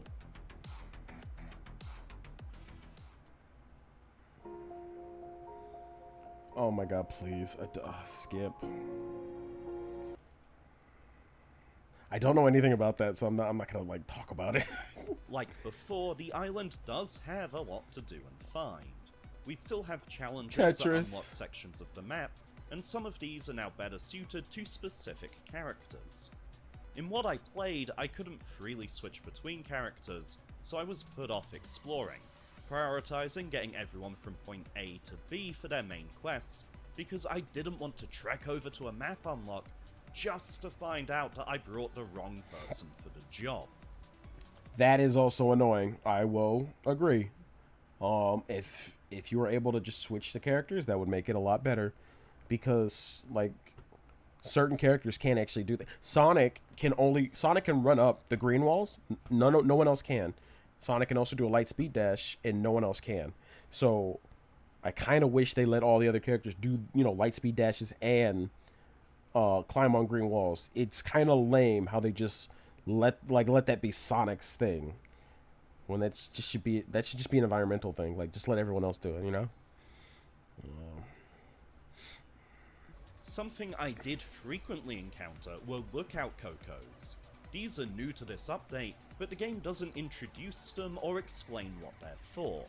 It seems like Sonic's main objectives might be gated behind them, but I didn't stick around long enough to find out for. I'll explain. Yeah, they are, sadly. Oh, okay. He didn't go through the trials. So I'm gonna tell you right now, if he went through the trials, he would have fucking. Yes, because he said he didn't go through it. I'm telling you, if he went through the trials, it would have this title would have made more sense, because I thought he did the trials. He didn't even like go through the trials, which I guess speaks to how much he didn't like the DLC. Like, he didn't like it that much to where he kind of stopped halfway through the DLC. There's nothing wrong with that, honestly. Like, shocker, but to each his own. Like, if people don't like something, it doesn't mean you have to hate them for it. I don't hate this guy for not liking the DLC. I agree with a lot of his points. I just thought the title was funny. And that's always a thing I always see with the Sonic community, where they will actively get mean and really aggressive with people when they don't like a certain thing with Sonic, like Sonic Superstars. Like, there are reviews on Sonic Superstars, if I can show it off. Sonic Superstars. See if I can find the review. Yeah, see? Oh, wait, is this the same guy? Wait. No, they have the same name, though. Okay, Yeah, he said Sonic Superstars is bad. Also, spoilers. Sorry. Oh. I'll look at reviews, but there are people saying that Sonic Superstars wasn't a good game, and I don't agree with them. I actually think it's a great game. Where is it? Yeah, see? Massive disappointment. Game Jolt didn't like it. They gave it a 5 out of 10. There was another review that said was super disappointing. Super disappointing. This is not good. Sega's not happy with what happened to Sonic Superstars. Oh, I guess that might be that thing. I don't think it's worth $60. You know what? I'm gonna give you a quick review. Yeah, Sonic Superstars is disappointing. I'm gonna give you a quick review of Sonic Superstars. It's a great game. I think the game's great. It's not worth $60, but I don't think most games are worth $60. Hell, I don't even think Mario Wonder is worth $60, if I'm being completely honest. I think the game is great. The soundtrack is all right for the most parts. There are some good tracks. Not a lot of the tracks are bad, if I'm being honest. I think Sonic controls and feels wonderful, compared to compared to Mania. And if I'm comparing it to Mania, I think Mania is still the better game, obviously. But I think this game is up there with the classic series. I think it's better than 1 and 2. Hell, I think it's even better than 3, if I'm being honest. There are a lot of gimmicks. You disagree? That's fair. That's fine. I'm not gonna dox you, son of a bitch. I agree with you. I'm gonna find where you live. Anyway, I think the game is cool, and I think it's cool that there's a spoilers extra playable character and extra story mode that are basically just harder stages. It's basically the Encore mode of Sonic Mania. I think that's cool that they added that, but with a certain character. Trip. I'm spoiling it. It's Trip. But yeah, I think the game is fine. And I don't think I'm sorry. I'm just trying to say my thing. I don't think Sonic fans should get butthurt. Yeah, bitches be tripping. I don't think Sonic fans should get upset with other people say. It's their opinion. Like, don't get mad at them because they don't like the game. That shouldn't deteriorate your feelings towards the game. If you like Sonic Superstars, then you should like it. If other people don't, that's fine. Like, there's nothing wrong with that. Everyone can coexist. You don't have to hate people for saying it's disappointing or a massive disappointment. That's just their opinion. If they don't like Sonic, it shouldn't matter to you. I mean, I was like that for a while, I'm gonna be honest. I'd get really upset when people didn't like Sonic, because Sonic is one of my favorite video game series of all time. Yeah, I love it. I love it to death. I think I enjoy it more than Mario. Sonic Adventure and Sonic CD are one of my favorite games of all time. I love it to death. And so when I see people, make fun of Sonic, I'm just like, well, come on. Especially Aaron Hansen. Honestly, fuck Aaron Hansen. But that's not the point. That is not the point. Anyway, I'm saying he deserves it though. But I'm gonna cut that out. But I'm saying, don't get mad at other people for hating Sonic. A lot of the hate comes from Sonic fans who love Sonic. They just want to see Sonic be good again. Essay. Make Sonic great again. Mistake.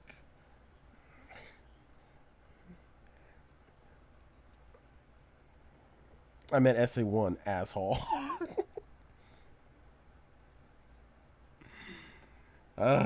Anyway, back to the video. We're probably not even gonna play Sonic fucking Superstars. We're probably just gonna finish watching these videos. Yeah, for like 30 minutes. But I want to watch this video. Generally speaking, while none of the new playable characters impressed me, they were also inoffensive. Bar the odd mild frustration, their sections were fine, I guess. Over with fairly quickly, and certainly not the reason that I quit the DLC. No, my anger and frustration came when I was back in control of Sonic. As spoiler safe as possible, while our new trio collect the Chaos Emerald. Okay, he's mad at the tower sections. I think these sections are ass. Some of them, not all of them. I thought it was fun climbing up the tower, but there are some sections that irritate me to my boiling point. Sonic has to ascend 4 towers and complete a challenge at the top of each tower. This first climb nearly broke the limits of my patience. In short, it's a precision platforming challenge that doesn't suit the game's loose and slippery controls. Do you think he got stuck here and just gave up? Because I almost gave up here. If I'm being honest, I almost gave up here. This section is bad. They should have made this like a bit bigger, at the very least. Something that surprised me when returning to Frontiers is that I had to readjust to how this Sonic plays.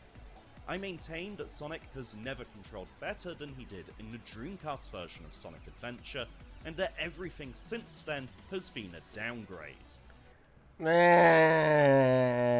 I disagree.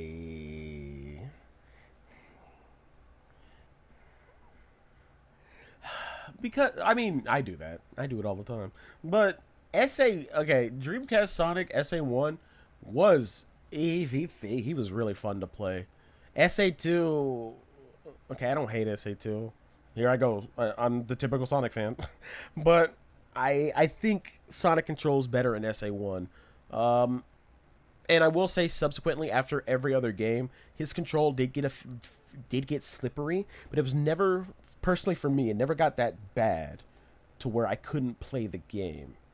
I was still able to beat Heroes. I was still able to beat Shadow. I was still able to beat 06. 06, it controls bad. Shadow controls bad. Secret of the Rings controls awful. Unleash controls decent because it's the boost era. And Generations as well, they also control well. Weirdly enough, I hate Lost World, but I think that Sonic controlled extremely well. Weirdly enough. If that makes sense. I hate that game, but Sonic controls really well in that game. Like, really well. So, I kind of agree with what he's saying, but I also don't because, you know, again, I'm used to bad Sonic controls. Frontiers Sonic feels something like a bottle rocket, making it easy to overshoot or send him flying into the air. No amount of fiddling with the sliders in the menus gave me something that suited my tastes. It makes me overly cautious when using him. I'm aware that, on PC, you can download mods that improve Sonic's controls, but 1, I'm playing on console, and 2, I'm reviewing the game that Sega put out, not fans' effort. I'll also agree on that. I usually, whenever I play these games, I don't use mods because I want to feel how the game plays initially. And if the game is ass initially, like, mods will fix it, but the game is still ass, you know, initially. And I also agree with him that Sonic feels weird on these small platforms. He's better off on, you know, the open world, the open zone. I'm sorry, open zone. Like, these small platforms do not help him. And I'll say I fell a couple times in a lot of areas, and it pissed me off whenever I played. But to clean up their messes. So we come to this tower ascent, and alongside precision platforming and aerial springs to homing attack to at short notice, we also have gotcha moments, such as a boost pad shooting Sonic off a platform the second you land on it, angled platforms that you slide straight off of, and climbable walls that it's nigh on impossible to get a good angle for. That's fine, at least it's short with plenty of checkpoints. I don't get this reference, but I agree. What is this from? This looks familiar. Do you know Raptina? I hate Star Wars. Of course I don't get it. Oh, is this the scene where he's like, it's coarse and it gets everywhere. It's sand.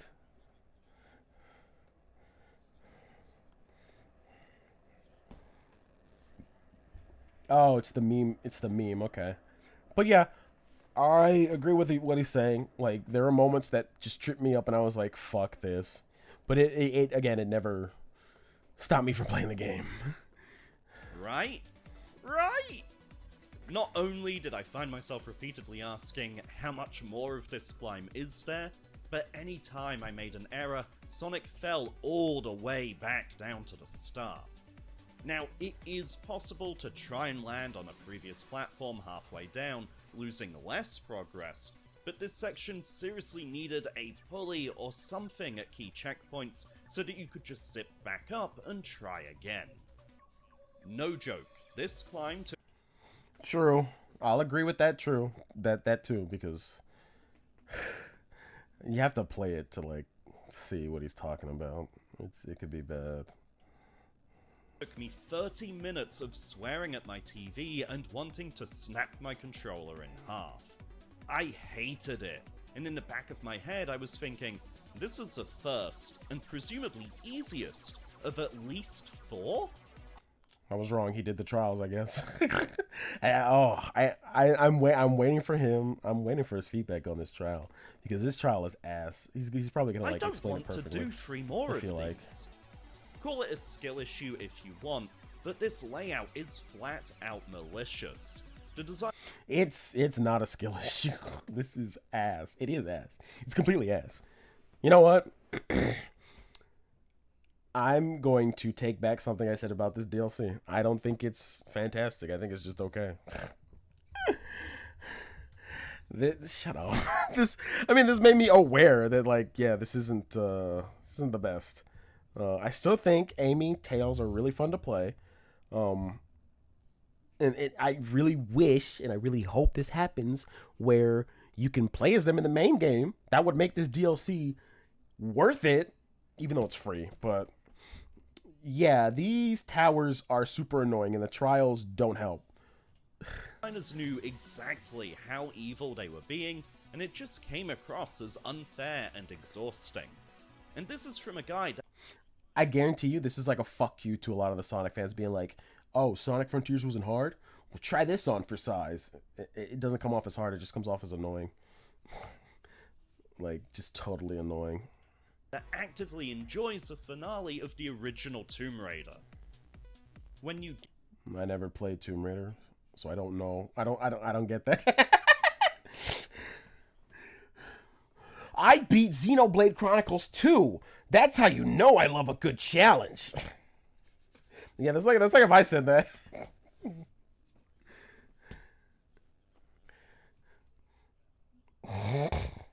No, that's Bubsy 3D. They both got tank controls. This is a platformer. Oh my god, I love those videos. We should watch those next. They're funny. We should watch one at least. Get to the top, you're thrown into a combat trial, but hang on, your level is reset. Yeah, no matter how much time and effort you put into exploring and leveling up Sonic, especially in the original release where you had to go through the full dialogue for each and every individual level up, this challenge resets you to level 1 in all stats. That's a slap in the face that just makes... It is. It is. I agree fully with this man, because this is ass. This is absolute ass. Like, doing this in level 1, and the fact that they sped up enemies. So I think enemies are sped up by 1.5 times speed, and it shows because, like, you're not able to hit them properly. They will immediately, like, reset and just attack you, like, with a barrage of attacks, and it's awful. Makes this timed battle take far longer than it should, while undermining the game's light RPG mechanics. So, that was fun. Hi kids. So it turns out this new I like this commercial. internet we got slowed Kids, down we're gonna have to move. Not enough speed for Oh no! Immediately after Not Lenny! Kids, something happened to Lenny. Not Lenny! Hello, human fly here. Come on, I spent all night dyeing my underwear. the game proudly told me I had a second tower to clamber up. Nope, no way, I needed a palette cleanser. Thankfully, there are new cyberspace stages with new objectives to complete. I hopped in there and... why can't I homing attack these egg robos? I'm clearly supposed to. Where is this spring sending me? Why is this hologram of Tails I'm supposed to race so quick? Wait, this string of homing attacks ends and now I'm falling into the void? This stage does show a commitment to multiple branching. This stage sucks. I was able to hit the egg robles, but everything else is like ass. This stage sucks. I tried to do it on my own, and I actually gave up on it. Like, the Sonic Defender gave up on some stupid shit. Oh, it is bad. Yeah, I can't wait to get called out when I post this on Twitter. People are gonna hate me. Paths, but otherwise, it's full of all of the bad design patterns and practices that make the first tower climb an absolute chore. This was it. This was the moment that I turned the console off, put the controller down, and watched the cutscenes on YouTube. And you know what? That story is kind of mid. I expected... You know what? I'm playing devil's advocate here. Why would you expect more from a Sonic story? But you know what? Yeah, I was gonna say, but also I kind of understand where he's getting at, because this game has a very like story driven. The game is very story driven, so I can imagine a lot of Sonic fans expecting more. But also it's a fucking Sonic game. When have Sonic stories ever been good? I'm not defending Sega. I'm just saying Sonic stories are never that good. I love SA1's Adventure, but it's stupid. It is so stupid. Like, even the good Sonic stories aren't that good. If I'm being honest. It's certainly not... I'm trying to defend this game, and I'm trying to defend the guy, and then I'm trying to actually, berate the guy, and then berate the game. Like, my heart is torn into 4 pieces. Sega really did break my heart. Not worth suffering through the gameplay for. And I do say suffering. The reason that I quit this DLC was because it was obvious to me, my wife, and my son that I was not having fun. What?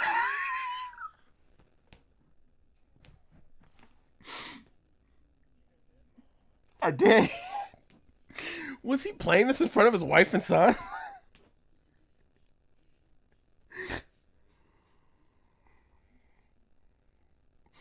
My wife and son clearly saw the sad expression on my face. My 2-year-old baby boy cried and said, "Papa, why are you sad?" Because I had to play Sonic Frontiers.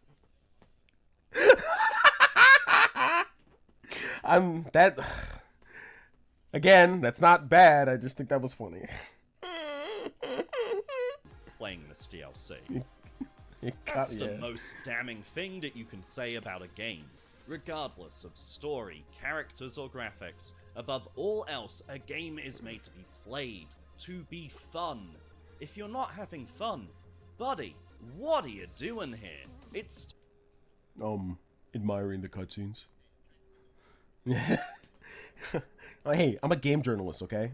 I don't have to play the game. I just have to play for 15 minutes and then review it. Yeah. What else you want from me, fuck? I also agree with him. What's the point if the game isn't fun? There are some sections I had fun with, and now I'm thinking about it. I kind of don't like the DLC.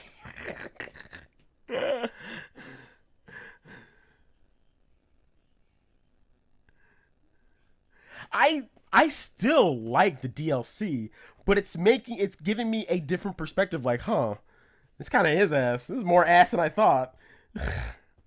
Because if you watch my stream video, I'm having the time of my life for a good 30 minutes, and then I'm just like dead inside.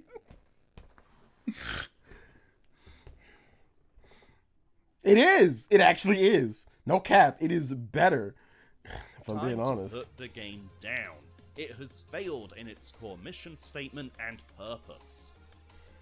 Believe me, I take zero pleasure in telling you this. I was excited for this DLC. I wanted it to be awesome, but the more I played it, the more my heart broke.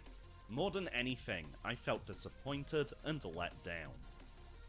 Maybe... Literally the thing you said a couple seconds ago. Part of it was me trying to rush through so I would be spoiler safe before venturing back online. An impatience to ensure some random. Okay, you shouldn't have did that. First off, that's.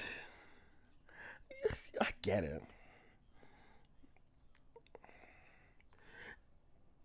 It's not his fault, but also, why would you rush it? Because sometimes, like, if you rush a game, like, it's gonna be a worse experience for you. I feel like. Didn't ruin a reveal for me, and. No, true.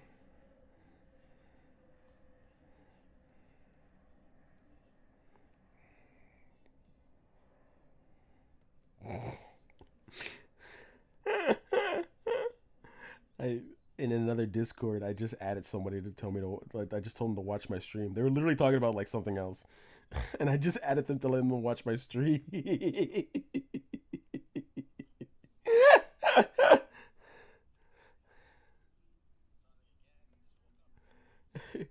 Bitch, it is 11 in the morning. The fuck am I gonna watch a stream on? Also, Sonic Mania update has been like, out for a while, but I want to finish this video. This video is funny. I like this video. I like this guy. This guy, I'm gonna be honest, this guy's alright. I like him. I crack jokes at him, but he's an alright guy. I really hope he doesn't hate me when I post this video. He probably will. Kangaroomy Toy is the worst streamer ever. He talked about how he enjoyed Sonic Frontiers, but then also liked it, but then hated it. His personality is very similar to Sonic 06. Crappy, awful, and dead inside. And I start crying. Oh God. It's no use. Playtime is over. Wait, that's from SA2. Sonic win. Oh wait, that's also from Sonic 2. Sonic SA2. Alright, I'm gonna play the video again. Sure, that likely contributed. It's why I usually dislike doing videos on games or DLC during their launch window, as there's an additional pressure from needing to get that content out in a timely manner while the topic's still relevant. None of which impacted this video, I'm sure.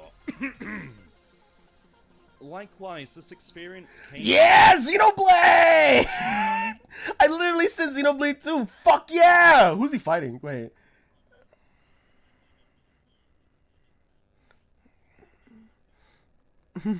Who's he fighting? I don't. Is this one of the bosses? Because I see Melia, but I also see Ryan and fucking. What's her name? Sheila? I forgot her name. She's the healer. Actually, Shayla. I think I know where this is. Actually, Melia's. We can start talking about. We can talk about Xenoblade. I kind of want to talk about it now that I saw the gameplay. I actually like Melia. She's actually really fun to play. She's like a black mage from FF14. Like, oh my god, I want to play Xenoblade now. Fuck.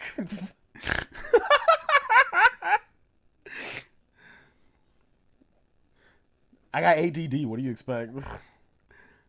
Time when I'm writing a script about why I gave up on Xenoblade Chronicles and when we should. Wait, he gave up on it? Oh, fuck this guy.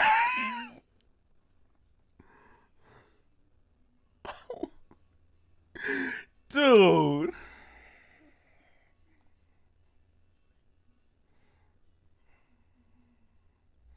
Melia, the girl with the wings. Wait, okay. Let me. I want. Yeah, it's the level. I know what level you're talking about. I haven't got there yet in the game.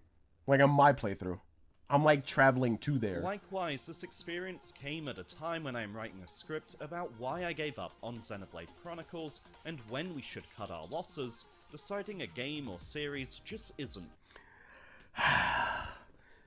Two things. I understand giving up on Xenoblade because those games are convoluted and complicated. And two, fuck this guy.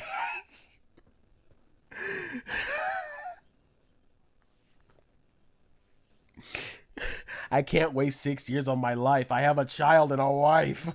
God damn it. Oh, hey, Jolly. we were talking about this video, and then yeah, we're roasting on this asshole. I'm kidding. I can't believe he gave up Xenoblade Chronicles. I like this game. Actually, I understand why. I gave up on Xenoblade Chronicles 2 a couple times, and then when I replayed it like for the third time, I was like, this game's pretty cool. I hate all the tropey anime cutscenes, but this game's awesome. Roast that bitch. No, he doesn't deserve roasting. He's making valid points. You know, we're gonna roast, and I'm like, I'm being like a bitch because I was like, literally in the earlier stream, I was like, so people are able like to have their own opinions about Sonic. But we're gonna watch that video of the guy reviewing Sonic Superstars, calling it a disappointing mess, because I got some words. For us. So this idea of dropping something I'm not enjoying was consciously at the forefront of my mind. I'm probably going to edit that script to include at least a passing reference to the Sonic Frontiers experience now.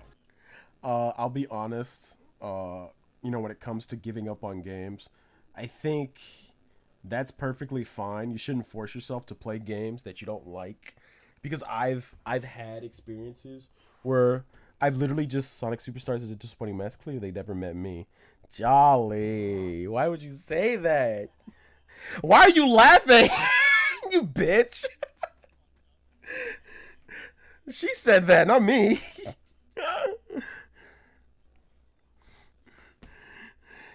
You're not a disappointing mess. A mildly disappointing mess. You know? Yeah. But, it's okay to quit games if you don't like them. I've done that with a lot of games I don't like Final Fantasy VII. Not Sonic. Don't hate me. I love Final Fantasy as a series, but I don't fuck with 7.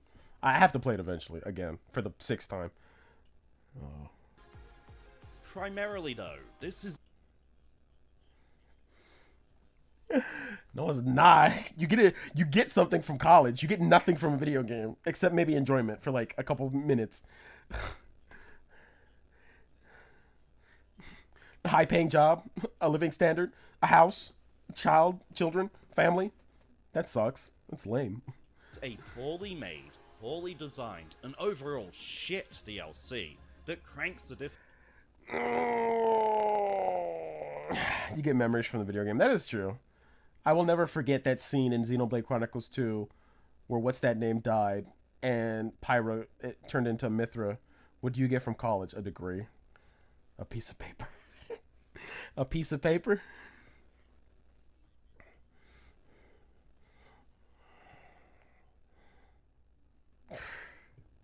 And that's more important than a degree, a medical degree.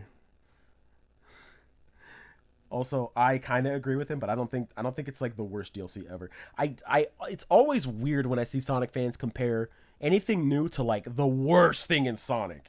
Keep in mind, Sonic 06 is bad, but I don't think any game besides Boom, Secret of the Rings, are that bad. Like, there's no other Sonic game that is that bad. Meandering, mid, yes. Not that bad, though. I think a lot of people tend to exaggerate that meaning. And I think it's the same with Superstars.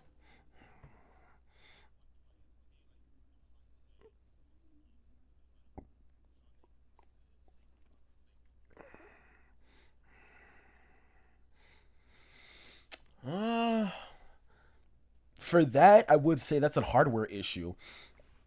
I think that if a game is rushed, if a game isn't coded properly, if a game doesn't have everything that they wanted in the original, like if they didn't have all the stuff that should be there in the base game, you know, I think it could be bad. Like Sonic 06 is bad because it had a lot of flaws.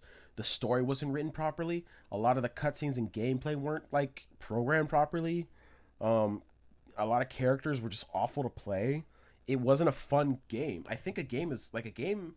Okay, I'm an idiot here, but I think a game is bad when it isn't fun. And obviously, you know, this guy didn't think it was fun to play this. And at the end of the day, a lot of it comes to opinion. Some people may like Sonic 06. Maybe they thought it was fun. Maybe some others, most people don't. And that's how it is, you know? A lot of it is opinion. Sometimes a good game could be bad. And, you know, it could be designed badly. And a bad game could be designed very well. I'm saying, who do I want to perform surgery on me? A doctor who says they can do things because they have a piece of paper, or someone who sunk 670 hours into Surgeon Simulator and is used to the physical movements, knows how to deal with the stressful situations and work under pressure. If someone can 100% surgery, my body's in good hands. Yeah, okay. Sure.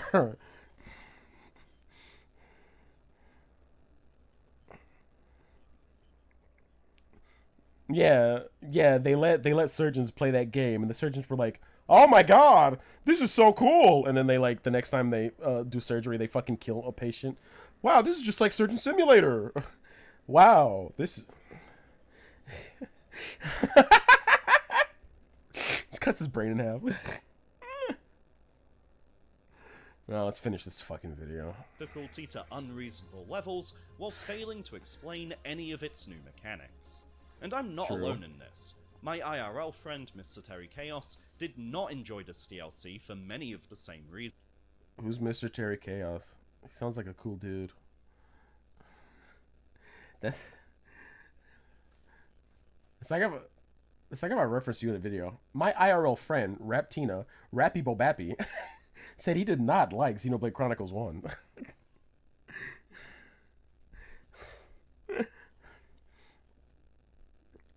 Where's his IRL friend? Obviously in real life, not on online, Jolly. You know. I joined the Game Apologist stream of this DLC, and he seemed to be having a pretty rough time of it. My own prematurely rage quit playthrough is not the only one that was utterly miserable.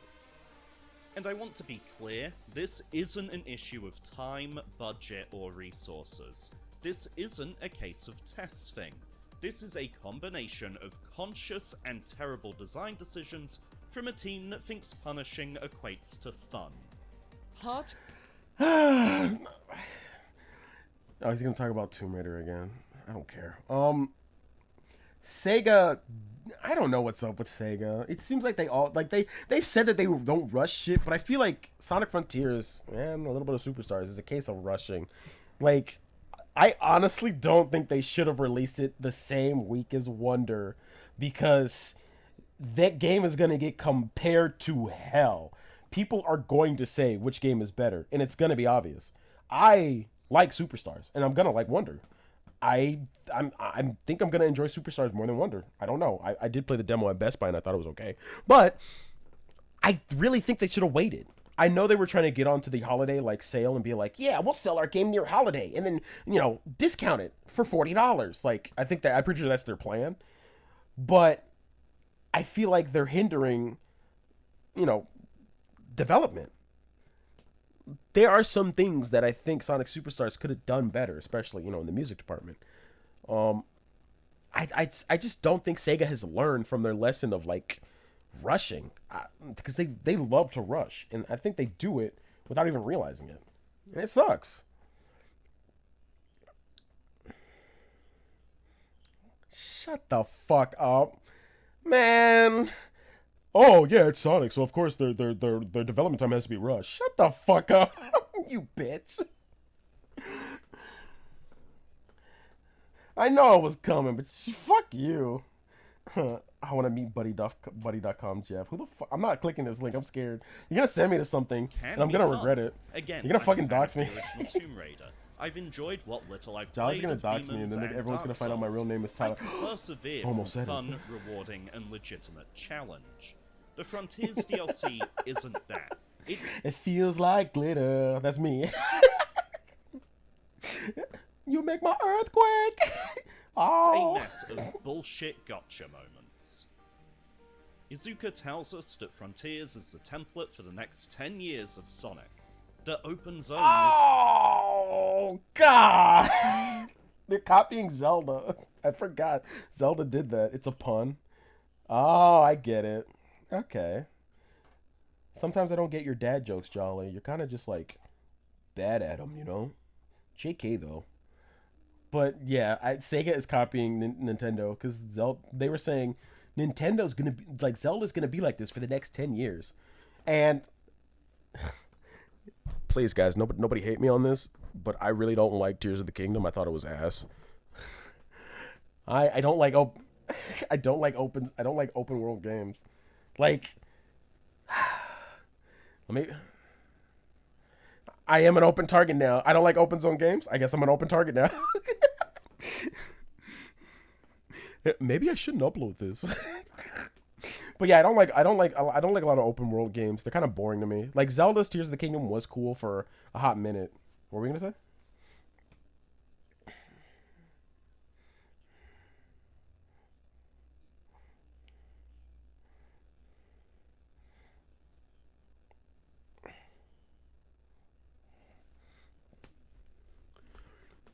Yeah, I was really happy to explore the underground, even though I know that's like the most boring area. But I like how dark and dank it is, and you basically just have to like find a path on your own. And like finding the little like light things underground was like super fun to me. Other than that, didn't like it.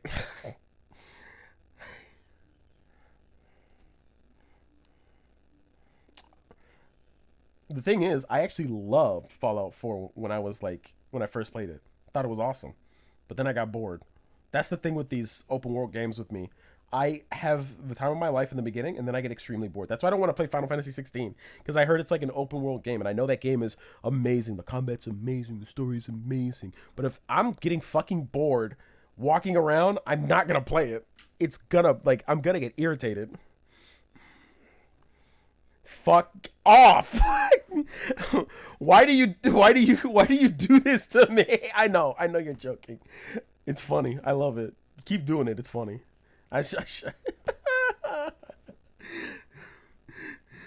You catch me off guard every time and I start laughing. That's why I say fuck you. Oh, yeah. Well, all right, let's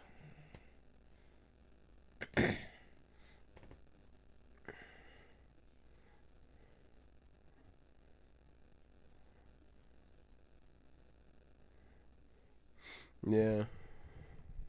If you do all the cool stuff early on, all there's left is the lame stuff. I gotta bounce. Yeah, I'll see you later, Jolly. The VOD will be available in hell. I'll probably like edit some clips when I have time. I hope you watch the whole thing later, or else. I'll catch you. And this is where I leave my trophy, if I had one.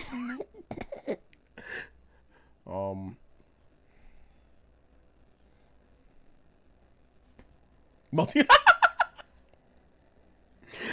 This is where I'd have all my trophies for multiverses if I had them. I'm just missing like 3. Oh, let's finish this. Oh, 2, probably 2 or 3. I don't know. The stream VOD will tell me. I'll look back at it later. Back to the video. Let's see what he has to say. Here to stay. That the level design of Forces and Frontiers is what we can expect going forwards. If that's the case, I'm out. Wait. I'm done. I'm done. Okay. I understand. I understand why he would say that. But it's like, okay. Like, Forces was bad. I really don't want another game like Forces. Frontiers was okay. It wasn't. Frontiers isn't as bad as I feel. Like, it's a stepping stone towards Sonic games. I think it was an introduction to open zones, and they were testing it out. The DLC, I feel, should have had more time, because there's a lot of bad things there.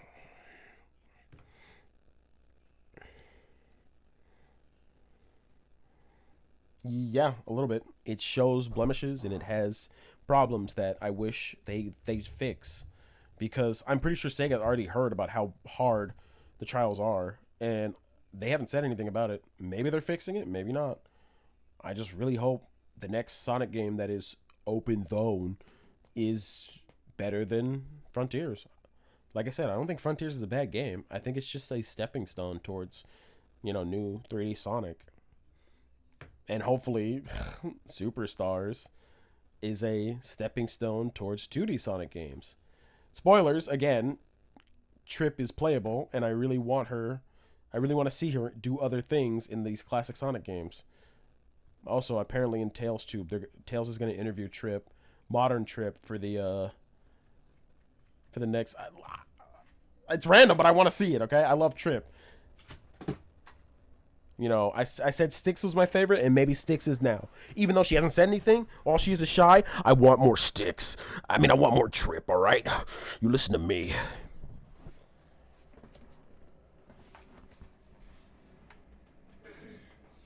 I would hate that, and I hate you for saying that.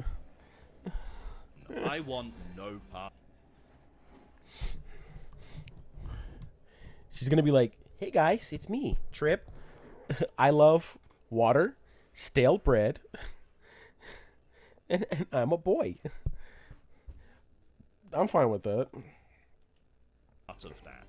This was so awful that Mr. Terry Chaos has cancelled his Sonic Superstars pre-order. What? Wait. Was it that bad? Because those are two different games. Despite it being a different genre and developer, because he can't trust Sega with Sonic anymore. He needs to see the reviews for Superstars before he bites, and it's hard to blame or disagree with the guy. I'm glad. No, I can. They're two different games. But I understand. Again, I still don't think Frontiers is that bad. Like, this idea that it's like so bad, like they've lost my faith. Like I'm never gonna like Sonic again. But you stayed with Sonic for 06, and you still kept being a fan, and that was the lowest point of Sonic. Like, and this, I was gonna say, like, this is what makes you leave, not 06, not like Secret of the Rings, not Boom. This is what makes you leave. A mediocre game.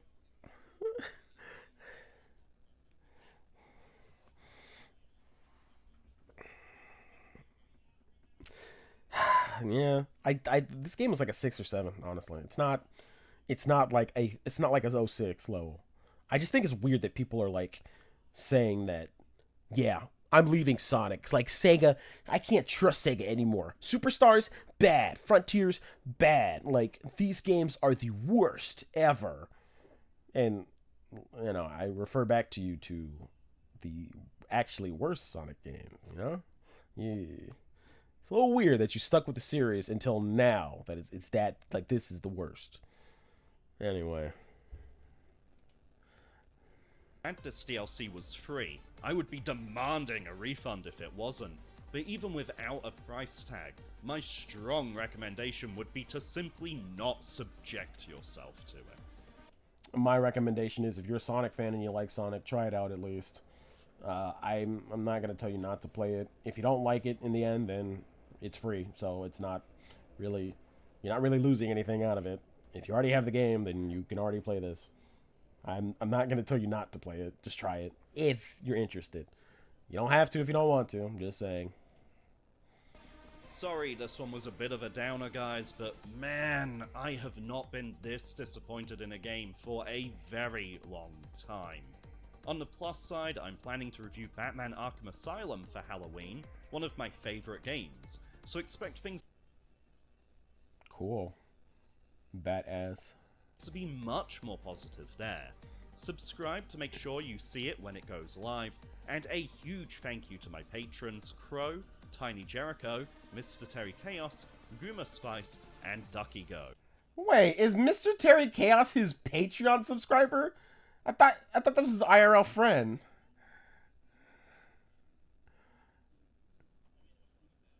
Okay, that's fine, yeah. That's like if you subscribe to my Patreon. By the way, guys, I have a Ko-fi. I think you should subscribe to my Ko-fi. Ko-fi Kangaroo Mitai, please. I will do $5 sketches for you.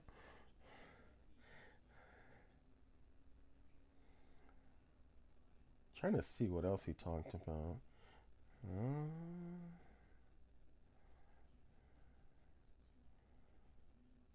Color me on press. Yeah. One dimensional. Okay. You know what? He's cool. I like Guitar Man, and he reviewed Guitar Man. Get to the man. Come on, get to the man. Finish her. You see that song where everyone's like, kill that bitch. And he's like, no, I'm not going to do it. she's my friend. And then they play the theme song and they start jamming out together. I like that song a lot. I like the Bone song too with the Boney Boys. You know which one I'm talking about, right? The boom, boom, boom, boom, boom, boom. The one. It's a good song. All right, let's watch. Where's that bad review at? The dog shit one. Even though I said everyone has their opinions. I did. I didn't like it. We'll talk a bit about this. Your teeth were made by Toothbrush. Clean your teeth. Series toothpaste elimina 15 años de manchas en 2.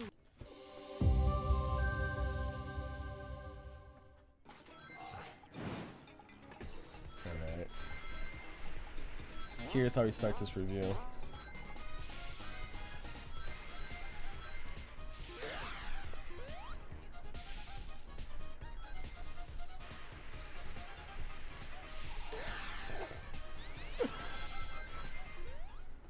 Have you ever wanted to like a game that everyone and their favorite critics said was no good? Sonic fans would know, but it's to be expected. Oh, shut the fuck up! That is so rude.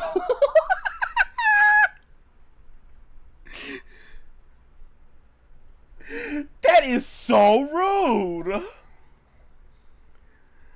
Man, fucking half-baked journalism. Not even half-baked. I hate shit like that. Hold on. I want to hear. I want to read what he said. Have you ever wanted to like a game that everyone and their favorite critics said was no good? Sonic fans would know, but it's to be expected. That is so shitty. Oh my god. Like, that is so rude and me. If I had a note for every time a reviewer had mentioned 06 and boom, between 1 and 2 minutes, I'll be rich. Sonic 06, yeah. Damn, this is missing the Sonic had a rough transition into 3D.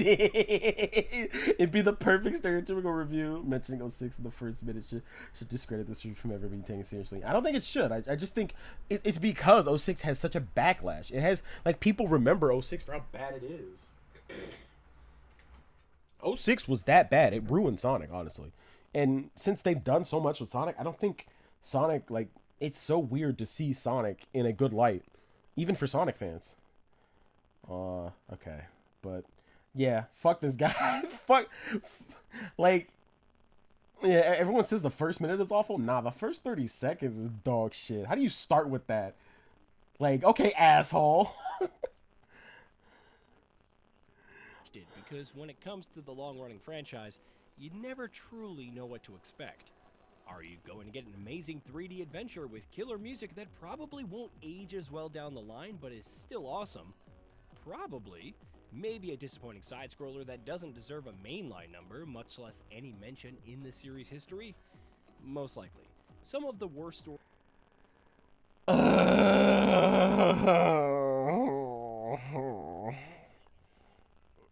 He's not wrong.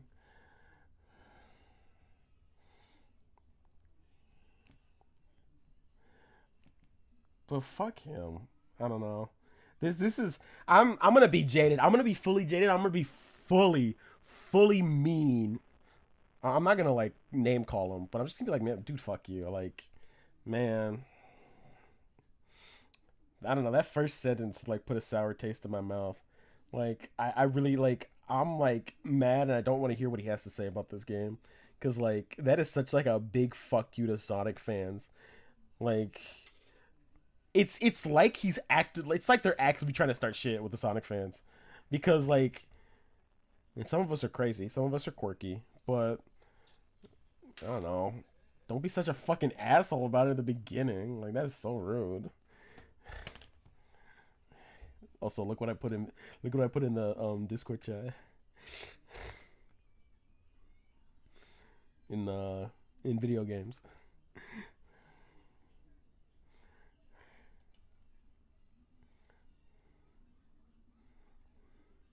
Stories ever told with some of the dumbest plot twists and gameplay mechanics possible in 2006?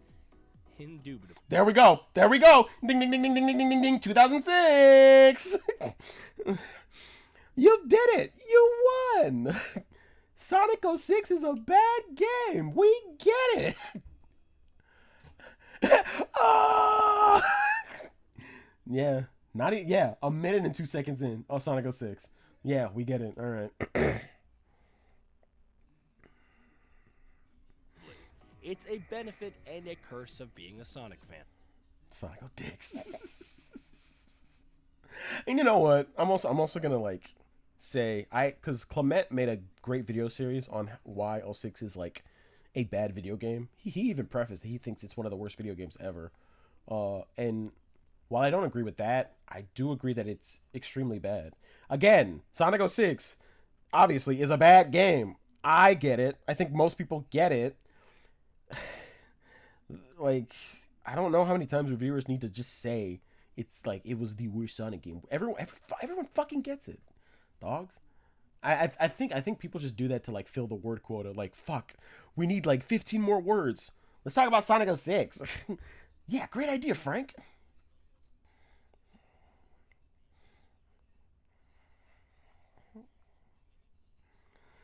Make 200 of those words about Sonic 06, and then the actual review. Great idea! Oh, our fans will love it. Oh, wait, why are they hating us? Oh, God.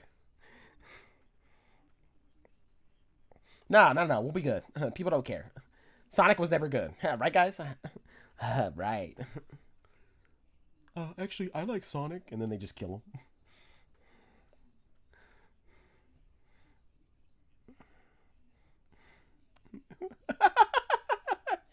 He gets thrown out like a fucking idiot. Alright, let's keep watching this video. Indubitably. It's a benefit and a... Nigga, you ain't that smart. Indubitably.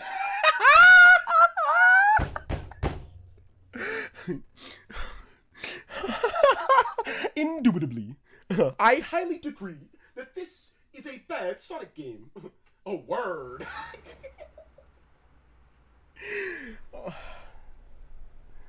Oh my god. Indubitably. Indubitably. It's a benefit and a curse of being a Sonic fan. Nevertheless, the franchise has been doing pretty well as of late. Sonic Mania is an incredible throwback, delivering an incredible 2D side-scrolling adventure while adding some... Why is this shit lagging on me? Come on. Incredible 2D side-scrolling adventure while adding some of its own ideas. I'm gonna put it at 720p because I don't like how the shit is just like lagging on me. But yeah, Sonic Mania. Cool. Sonic Mania. Frontiers took the 3D platforming into a new direction, warts and all, while presenting one of the best soundtracks in the series to date. Such is the anticipated... That's cap. I don't think Mania has the best soundtrack. And I don't think anyone wants to hear me discuss, like, have a 3-hour discussion on what is actually the best soundtrack. Sonic Rush. Sonic Adventure.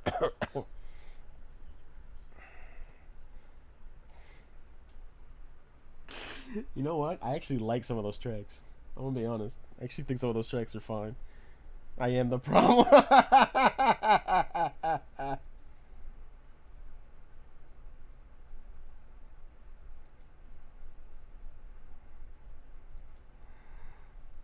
wasn't capturing your audio. Isn't that great? It doesn't look like I have your audio. Isn't this great? Isn't this great how whenever we do something, I never do something right, and I just look like a fucking idiot?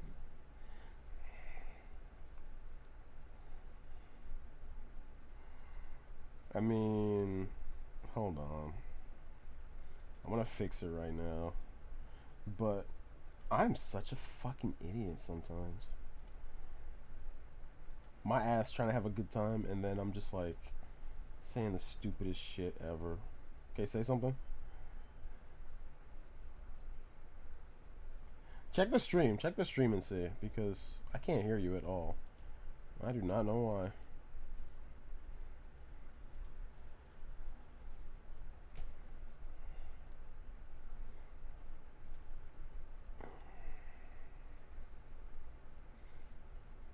Say something. Hooba dooba.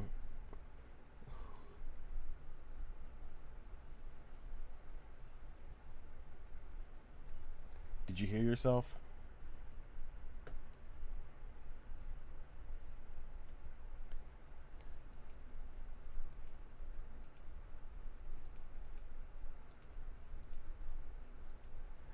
Oh,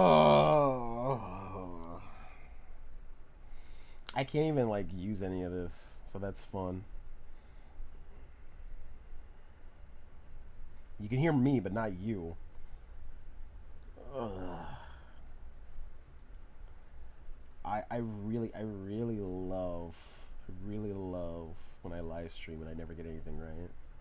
I'm like such an like I'm so good with audio.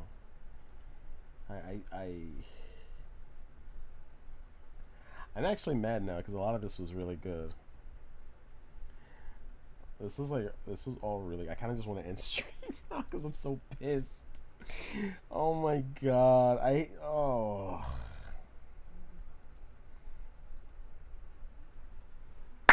Well, I'm not mad anymore. I'll just fix your audio and then we can keep talking.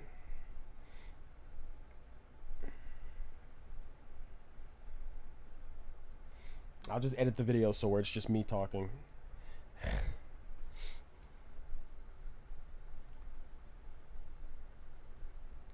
Oh.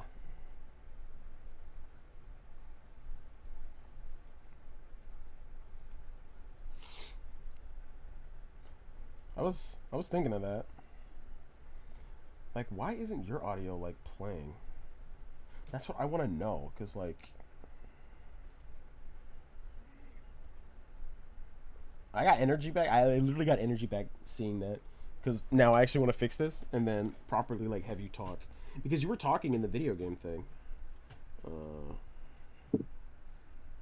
Fuck. Okay, I'm sorry. I just saw this from like a mutual on Twitter, and they just have like a drawing of a thing that I can't even say on stream. You know what we'll do? We're gonna display capture here. Display capture here, baby. Audio jungle. Audio jungle. We're not gonna capture that. Hey, look at that. Isn't that cool? Right. Get rid of that. Now check stream. Okay, I'm checking stream. Hang on.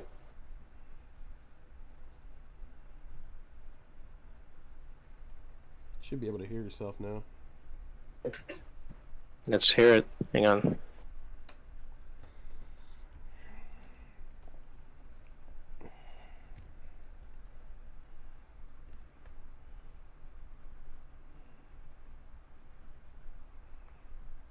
Say something. Yeah, I can hear myself. I can hear myself. Isn't that great? Isn't that great? All that, Yep. all the rest of the live stream is just like pretty much null and void. But now this is now this is good. Let's start the video over so we can redo our reaction. We're rewatching this video, the other one too. God damn it. Okay, Critics 3, said was 2, no good. 1, go. Sonic fans would know, but it's to be expected. Oh, this shit. Hold on. I do need to hear And this one more their time. favorite critics said, have you ever wanted to like a game that everyone and their favorite critics said was no good? Sonic fans would know, but it's to be expected, because when it comes... I still hate that. You fucking bitch. It's essentially that scene from The Simpsons. This is what I get for having faith in you. Yeah, for real. Where's the indubitable part? This part's funny. Indubitably. Probably. Maybe a disappointing side-scroller that doesn't deserve a mainline number, much less any mention in the series' history? Most likely. Some of the worst stories ever told with some of the dumbest plot twists and gameplay mechanics possible in 2006? Indubitably. It's a benefit and a curse of being a Sonic. Indubitably. Thanks, Einstein. Thanks, Einstein. Yeah, thanks fucking Einstein. There's nothing Add. more powerful than you. Making your thing happen. All right, cut this out. Really going Editor for it. me, cut this out. Doing business. Okay, cool. Nevertheless, the franchise has been doing pretty well as of late. Sonic Mania is an incredible throwback, delivering an incredible 2D side-scrolling adventure while adding some of its own ideas. Sonic Frontiers took the 3D platforming into a new direction, warts and all, while presenting one of the best soundtracks in the series to date. Again, Adventure and CD I think are probably better than Mania's. Mania is a good Genesis soundtrack. Like, it has that Genesis twang, and it's really good. Not Genesis twang. It's just a really good soundtrack. Still think Adventure. I just like twang in general. Yeah, yeah, yeah. I think Generations is Generations. Why am I saying Generations? Fucking Generation soundtrack is alright. Adventure, CD, Rush, I think are the better soundtracks. The anticipation for Sonic Superstars because it's the first co-op title to support up to 4 players in the story. There are plenty of other firsts. Yeah, it is. You gonna explain that? No? Okay. Though, like I stick my fist at you, sir. as being a central playable character, who also plays an important role in the story. It also doesn't utilize a single zone from previous titles. I'm gonna be honest. There is like the Sonic games usually don't have a lot of story, and this also did not have any story. I don't remember the story for this. And I like how this motherfucker said it's important to the story. Yeah, I guess. What story there is. How dare you? It has a rich story. Also, unlike Sonic Generations and its side-scrolling levels, the controls in Sonic Superstars are a bona fide successor to the original game. Yeah. However, like any Sonic game, you can never really know until you get into it. And after getting into Sonic... You could say that for any game! So that sounds really bad. You can get into Sonic. Like, you'll never really know until you get into... That's every game! You're not gonna... Oh, fucking Sonic Mania... No, not Sonic Mania. I'm trying to think of a fucking Mario Wonder. It could be a good game, but we won't know until we get into it. Like fuck off. You can say that about any game. Don't act like Sonic is different from fucking other games. When you expect shit, you get shit. Like quit expecting it. I feel like a lot of people expect shit from Sonic, and then when it's not the all-time perfect Sonic game, they get butthurt. I'm not saying everyone does that. Sorry. Again, I'm being mean and I'm being rude. Because I want to. I'm mad. I'm so angry. Ah! I'm quite livid, says the Sonic fan that just said, I'm not gonna make fun of people's opinions, but I am gonna be angry. Let me be angry. Superstars, I can confirm that it's a mess. Even worse is that it... I'll let it keep going. Thanks, Grandma. It's a mess I wanted to like as a longtime Sonic the Hedgehog fan. One that... I'm gonna tell you right now. No, I'm not gonna be that bird. Because I was gonna say I don't think he's a Sonic fan because there's something he talks about with Knuckles that is like, if you were a longtime Sonic fan, you'd actually know that that's like not true. You're kind of wrong. Sorry, I'm being rude again. I don't know this man, so maybe he is a longtime Sonic fan. Being a Sonic fan, oh my god, being a Sonic fan doesn't mean like you're a fucking freak like me. You know, someone who's played all the games and 100% most of them and buys them, double dips them twice. So, I'm wrong. Anyway. that I go back to thinking that I'm looking at it wrong, only to become frustrated at what could have been, especially with what it gets right. The story, such as it is for a Sonic game, is minimal and completely ignorable, even if those animated cutscenes do look good, though not as good as Sonic Mania. Thus, the presentation. Dude, hop off Sonic Mania's cock. Bro. I get it. Look, it was bound to happen that people are gonna compare this to Mania. It had to happen because this is the next 2D Sonic game. I'm gonna be honest, and I think these cutscenes are actually better than the ones in Mania. We only get like 3. And I actually think these look a bit better. I think it's because of the filtering. I actually like the filtering in this.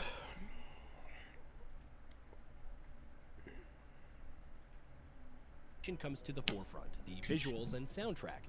At first, the former catches your eye, bright, colorful, and in line with that classic Sonic aesthetic, but in 3D, there's an ample amount of fidelity as well. Whether you're admiring how Sonic's quills bounce while he's traveling at top speed or the background detail, the textures are also sharp. Did you see what he just did? I'm nitpicking here. What? Look at this. Look at this. Like, okay. I've been a Sonic fan for the longest time. Tries to jump up. I mean, you would do it too, you know. No, I'm a dude. Most Sonic fans would just run up it. Most Sonic fans would know to run up it. I'm being dead ass. I don't know any Sonic fans that would do that shit. I mean, what if they just only play the 3D games? Do you ever thought about that? Okay, yeah. Maybe I'm being rude then. The enemies and bosses. I'm still gonna be a hater. Of course, there's a catch, and it's the lighting. You won't notice it at first, but sooner or later it becomes clear that some parts of the stage are darker, while others have glowing outlines for seemingly no reason. The characters themselves are strangely lit, and while the effect may be to help objects stand out, the application leaves a lot to be desired. It's not... I'm gonna be honest, I never noticed the lighting. I kind of just played the game. Again, I'm not a game journalist. Yeah, I know, but I never thought about lighting in like a 2D platformer, ever. Yeah, that was a bit weird. Horrendous like Sonic 4's visuals, but it wastes much of the work that went into the environments and their multitudes of details. When you go from Bridge Island and Speed Jungle to Lagoon City or even Sky Temple, the difference in lighting is so glaringly obvious that it's insane. You could argue that this is a style. I'm gonna be honest. I think I told you I played this game 3 times in a row. I don't know if I'm an idiot, but I did not notice the lighting. That was not my first problem. I noticed some graphics looked a little weird, but the lighting was not like the first thing I noticed. I feel that like and you're. Oh, I feel like that, and you're literally focusing on Sonic, not the environment, while playing a game. Hey, keep in mind when I play Sonic games, I go slow. Like I go slow. Like I like just walking around. So I didn't notice the lighting. I feel like this is very nitpicky. But if it's a problem, then I mean, yeah, I imagine other people would notice it more than me. Obvious, I don't think so.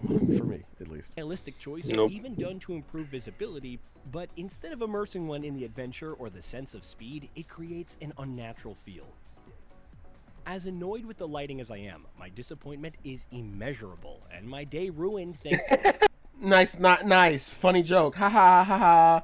Ha ha, I get it. Ha ha. What is that reference from? That's from something stupid, isn't it?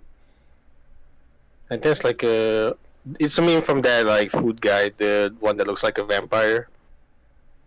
Oh. Yeah, that was a lame joke, dog. Your joke was as bad as Sonic 06. Like, let that sink in. To the soundtrack. There's no way of sugarcoating it. Sonic Superstars has one of the worst soundtracks in the entire franchise. I'm actually going to agree with him on this one. Because it's not that good. It's not, okay, it's not the worst. It's pretty bad. Because they try to do like actual songs with Genesis songs, and it doesn't feel right. I feel like it feels weird. And some of the songs don't even sound good.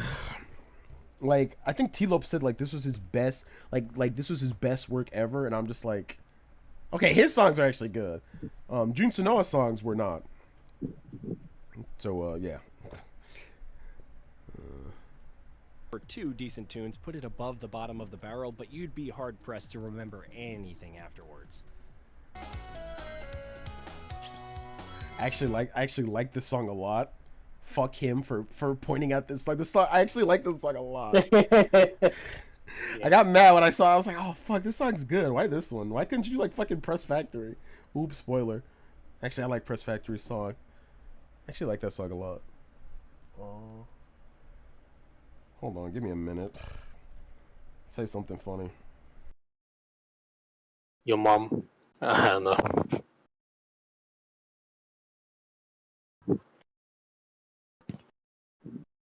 Can you hear me? Oh.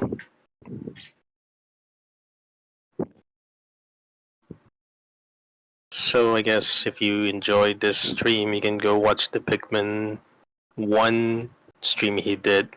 He does all the best strategies of a Pikmin fan, like drowning a singular red because he just can.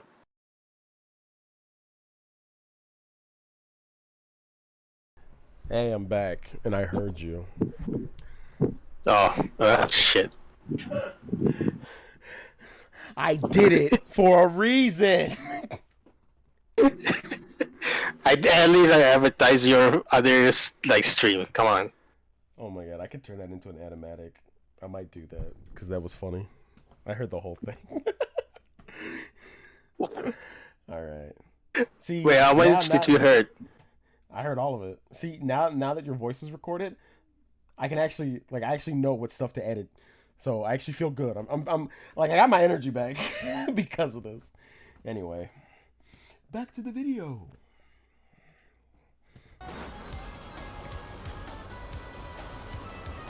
Again, I like this song. I should preface.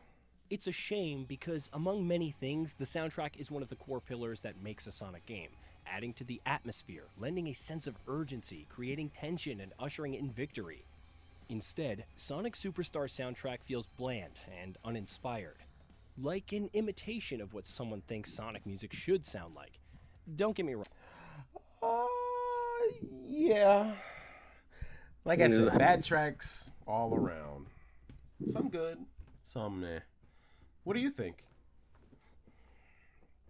I mean, he's not wrong. I did feel like I could remember some of songs, but not all of them. Okay. Hold on, let me add Gorb because I want to tell him once once FS6 is done downloading, I'm gonna fight him. Yeah. You should guys have just to like weird him out, just like name your character just why I said like the Gorbalicious. Gorbalicious or the Gorbinator. Here comes yeah. the Gorbinator! Gorb. Watch out, he's got his Gorb hammer! The Gammer! Who's getting banned? Oh shit, there he is! Gorb. He's like Bill Nye, except without the yeah, awfulness. Gorb rules. Gorb.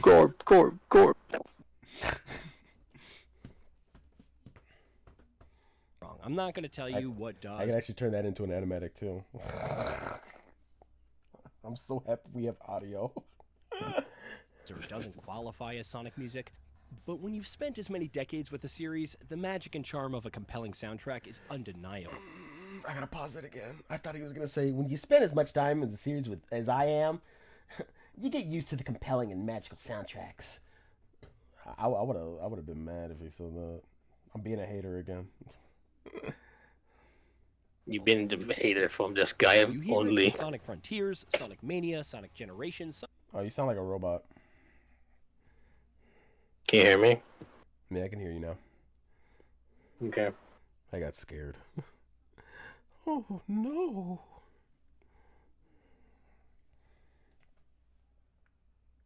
Sonic Unleashed, the original games, the list goes on. Even Sonic 06 had some memorable tracks. And yes, vocal tracks. Ding. Sonic 06. I gotta mention Sonic 06. This is a proper review. If I don't mention Sonic 06, it's not a good review. Sonic, look, listen, Raptina. Sonic was never good.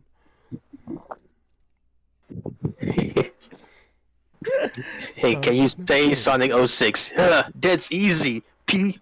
Damn it. What is that from? That's from something. It's the Simpsons like Millhouse trying to do like the spelling bee. Yeah, I was reminded of the fucking joke where he's like, I'm part of the BSAA, and what does that stand for? Baked." And he just, I love that bit. I still remember like the part where Millhouse is just like, when a man loves a woman, which one are you? Questioning his sexuality. I like it.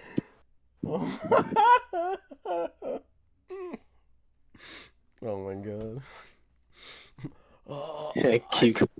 I sleep in a race car bed. Where do you sleep? With my wife on a big bed. Oh. I should have seen that coming. Count. Superstar lacks control Keep of going. it, and the worst part is that the mixing is done horribly, with tracks sounding too low just by bumping up the in-game volume. It just makes the soundtrack blend into the background all the more. I didn't notice that, but he's a reviewer, so he must be right about everything. He is right. Yeah.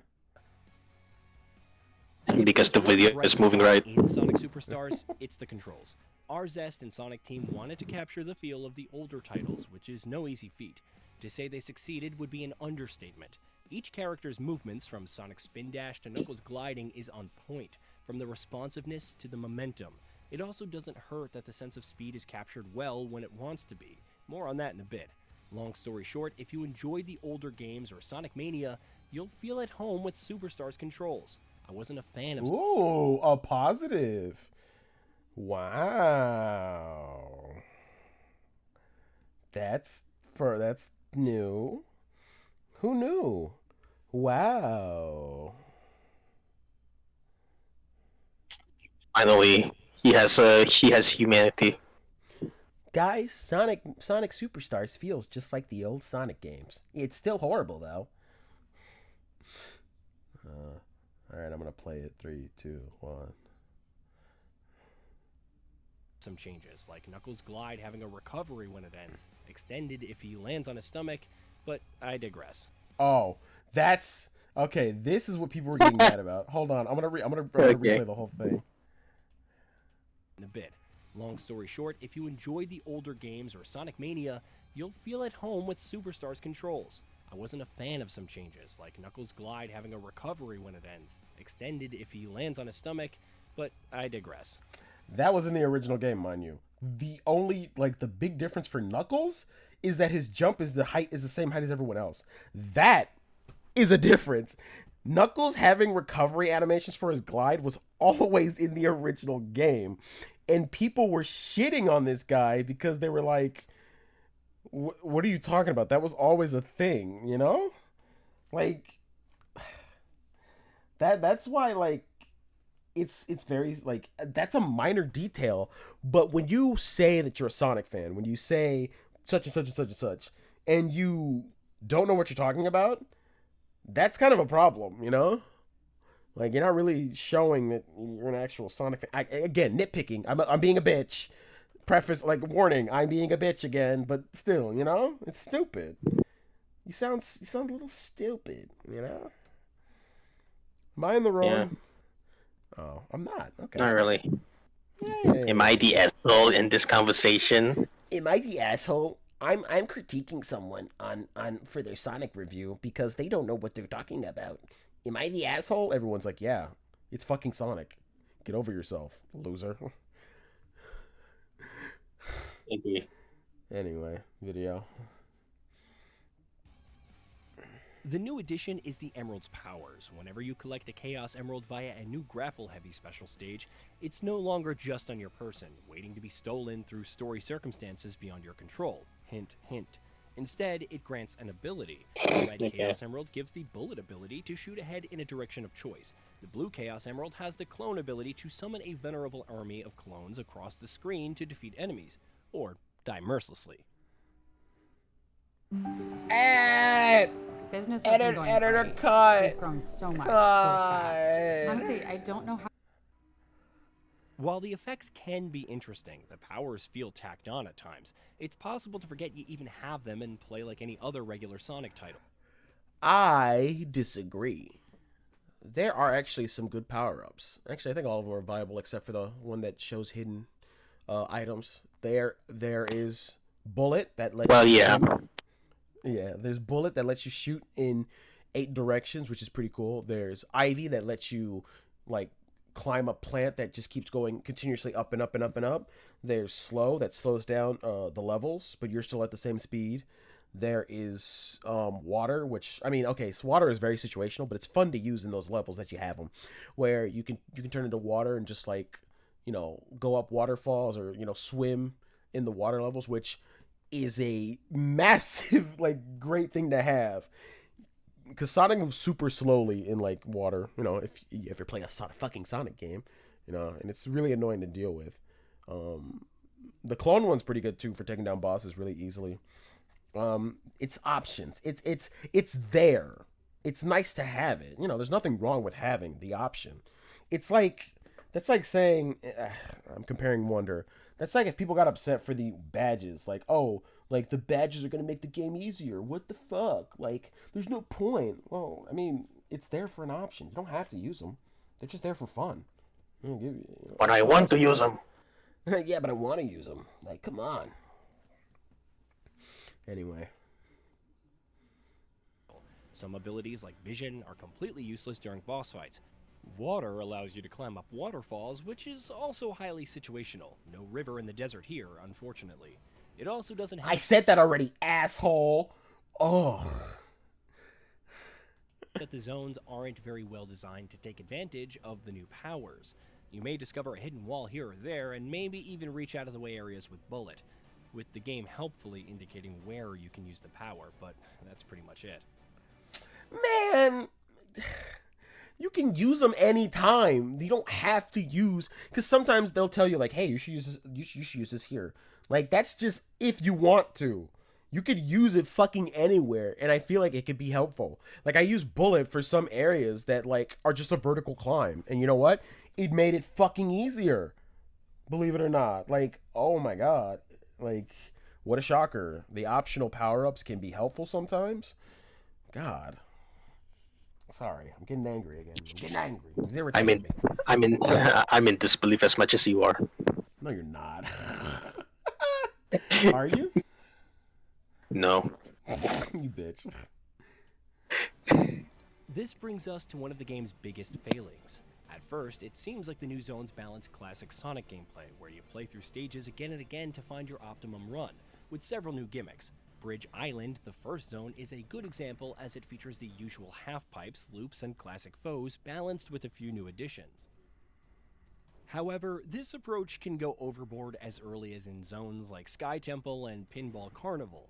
The former consists of one act with numerous gimmicks, seemingly crammed multiple acts into one. Every Sonic, like most Sonic games, have a pinball level thing, and it's all like those levels are always crammed with weird gimmicks. Weird You don't know that. Weird bumpers. No, you're right. Actually, no, you're right. I don't know. It's not like I've played all the Sonic games multiple times. 100% of them 100 times. Not like I actually know. It's not like I know Knuckles has a animation when he's gliding. Like, oh my god. You're right, Reptina. I really should just shut the fuck up sometimes. He's trying his best. It's his only job. I'm also gonna give him some credit and say some stages do have a lot of gimmicks, but those gimmicks never bothered me to the extent as others did, because I'm used to weird Sonic gimmicks. Like old Sonic games had some weird gimmicks that they were alright. Like 1 and 3 had some. Actually, all of them did. I think it's because I love CD so much, because CD has really weird gimmicks that stop the flow of the game, and I'm usually fine with that because I'm a CD boy. Sonic CD number 1, better than 3 and Knuckles, better than Mania. Yeah, fuck y'all. I love it, but I'm used to it. It's not really something I don't like. Anyway. Like the Brickout style minigame or the brief homage to Windy Valley from Sonic Adventure, they work well, while others, like slowly hovering between points, precision platforming, and avoiding projectiles with iffy hitboxes, don't. The latter slows the game down to an annoying degree, to the point where it feels less like finding your optimal path and simply surviving as much zany nonsense as the game can throw at you. There's one frustrating act involving finding switches to ensure that Eggman's machine in the background didn't blow up and kill you. Another causes you to... Yeah. No, that's the thing. That's Press Factory Act 2. That one is... Well, actually, I kind of like it because it's meant to keep you on your toes. It's like, oh, you better hurry up and get to the next checkpoint before the thing blows up. I don't think that's like a gimmick that slows you down. That's a gimmick that kind of speeds you up. It's kind of forcing you to keep going so you don't slow down. You can't take your time because if you do, the stage will kill you. I kind of like that gimmick for Press Factory. I'm surprised he didn't talk about the first zone where there's always a fucking like not hammer. It's like a factory that always slams, and every time it slams, you jump up automatically. Because I imagine that could be annoying for a lot of people, even though I liked it. But yeah. Sorry. Anyway. Jump automatically due to an earth-shaking press in the background, screwing up... Oh, there he goes. He talks about it. That's Act 1. He's talking about Press Factory Act 1 and 2. I guess he didn't like Press Factory. I like it. I also can't state enough how bad the pinball mechanics feel, especially when there's an entire zone dedicated to the same. Some portions of levels... I don't think they're bad. I think they're alright. I think this guy just doesn't know how to play the game. Oh no, just this shit. Well, yeah, maybe the game is shit.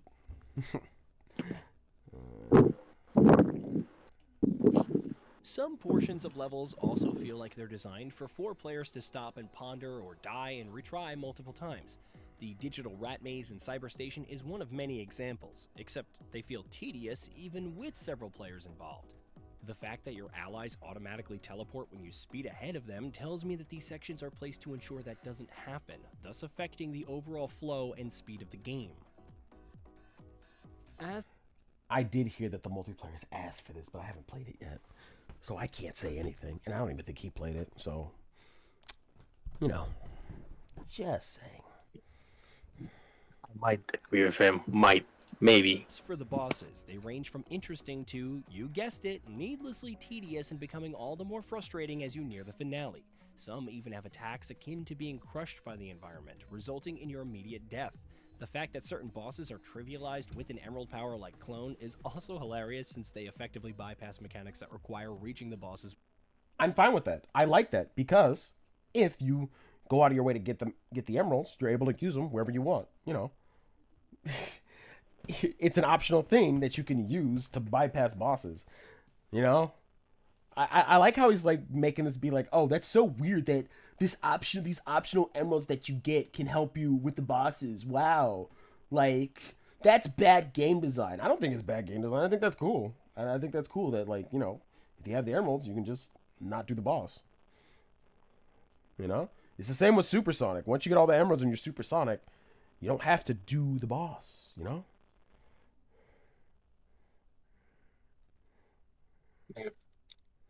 You know?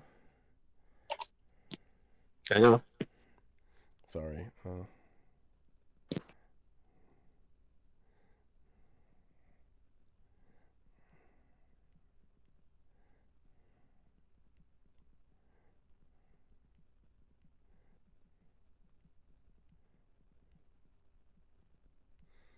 Sorry. Texting. Anyway. Weak spot. Though the returning stages where you navigate a constantly rotating maze can be enjoyable, the new one where you grapple from one to another to reach a fleeing Chaos Emerald feels incredibly janky. Otherwise, each character has dedicated acts in certain zones. Yeah, it was. It was kind of janky. Not gonna lie. Like, kind of. Zones which advance the plot and are tailor-made for those abilities. Those belonging to Knuckles and Amy feel fine. However, Sonic and Tails have some extremely annoying and frustrating gimmicks, like surviving attacks. I thought they were all fine. I thought they were nice. The fact that they had tailor-made, like, acts. I don't think any of them were really that bad. Tails Sonic's gimmick. Oh, go on. Sonic's gimmick is a bit boring. He's just running. Like, do something interesting, Sonic. Come on. Like, yeah. So, fucking. Ugh. Yeah, it's kind of annoying. Anyway, back to this. From Fang at high speed, or navigating sections filled with the environmental hazards while flying. You also have bonus acts accessible by spending fruit, which is less stressful and provides ways to earn rings and medals. Speaking of medals, they're used for the new battle mode to unlock parts for customizing your medal Blah, frame. blah, The blah. I don't care. I know about that. Mini games, it's fine. The mini Get on with it! Particularly compelling, and though you can play offline with up to 7 AI bots, no medals are awarded. It may be a mode that fans try out once or twice, but its staying power is highly suspect. The fact that medals don't do anything else, like unlock new concept art or wallpapers, is disappointing. Upon completing the story, you unlock an additional playable character in their own story with slightly revamped levels tailored more to their abilities. They're fun to play, but it's here that the tedious zone design strikes again, robbing you of any real enjoyment. The fact that even the character-specific acts are needlessly difficult in this particular story mode is baffling. Wait, what the fuck did you expect? I'm sorry. Isn't that like a thing in games where if you beat the main game you get another game mode that's harder? That's like a fucking normal thing. I'm sorry. What did you actually expect? Oh, this new game mode is even harder. What the fuck? Oh, this is worse than the tutorial level of Cuphead. I can't handle all this. Like, shut the fuck up. I'm sorry. Man, Again. Yeah. Cause I think that's nitpicking. I feel like it's nitpicking again. You know. I don't know. I hope I'm not being too rude. No, it's fine. I had high hopes going into Sonic Superstars when it started, with the classic style animated cutscene and the promise of adventure in the brand new zones. If you hang on, if you thought the game was gonna be good because of animated opening, then that's on you.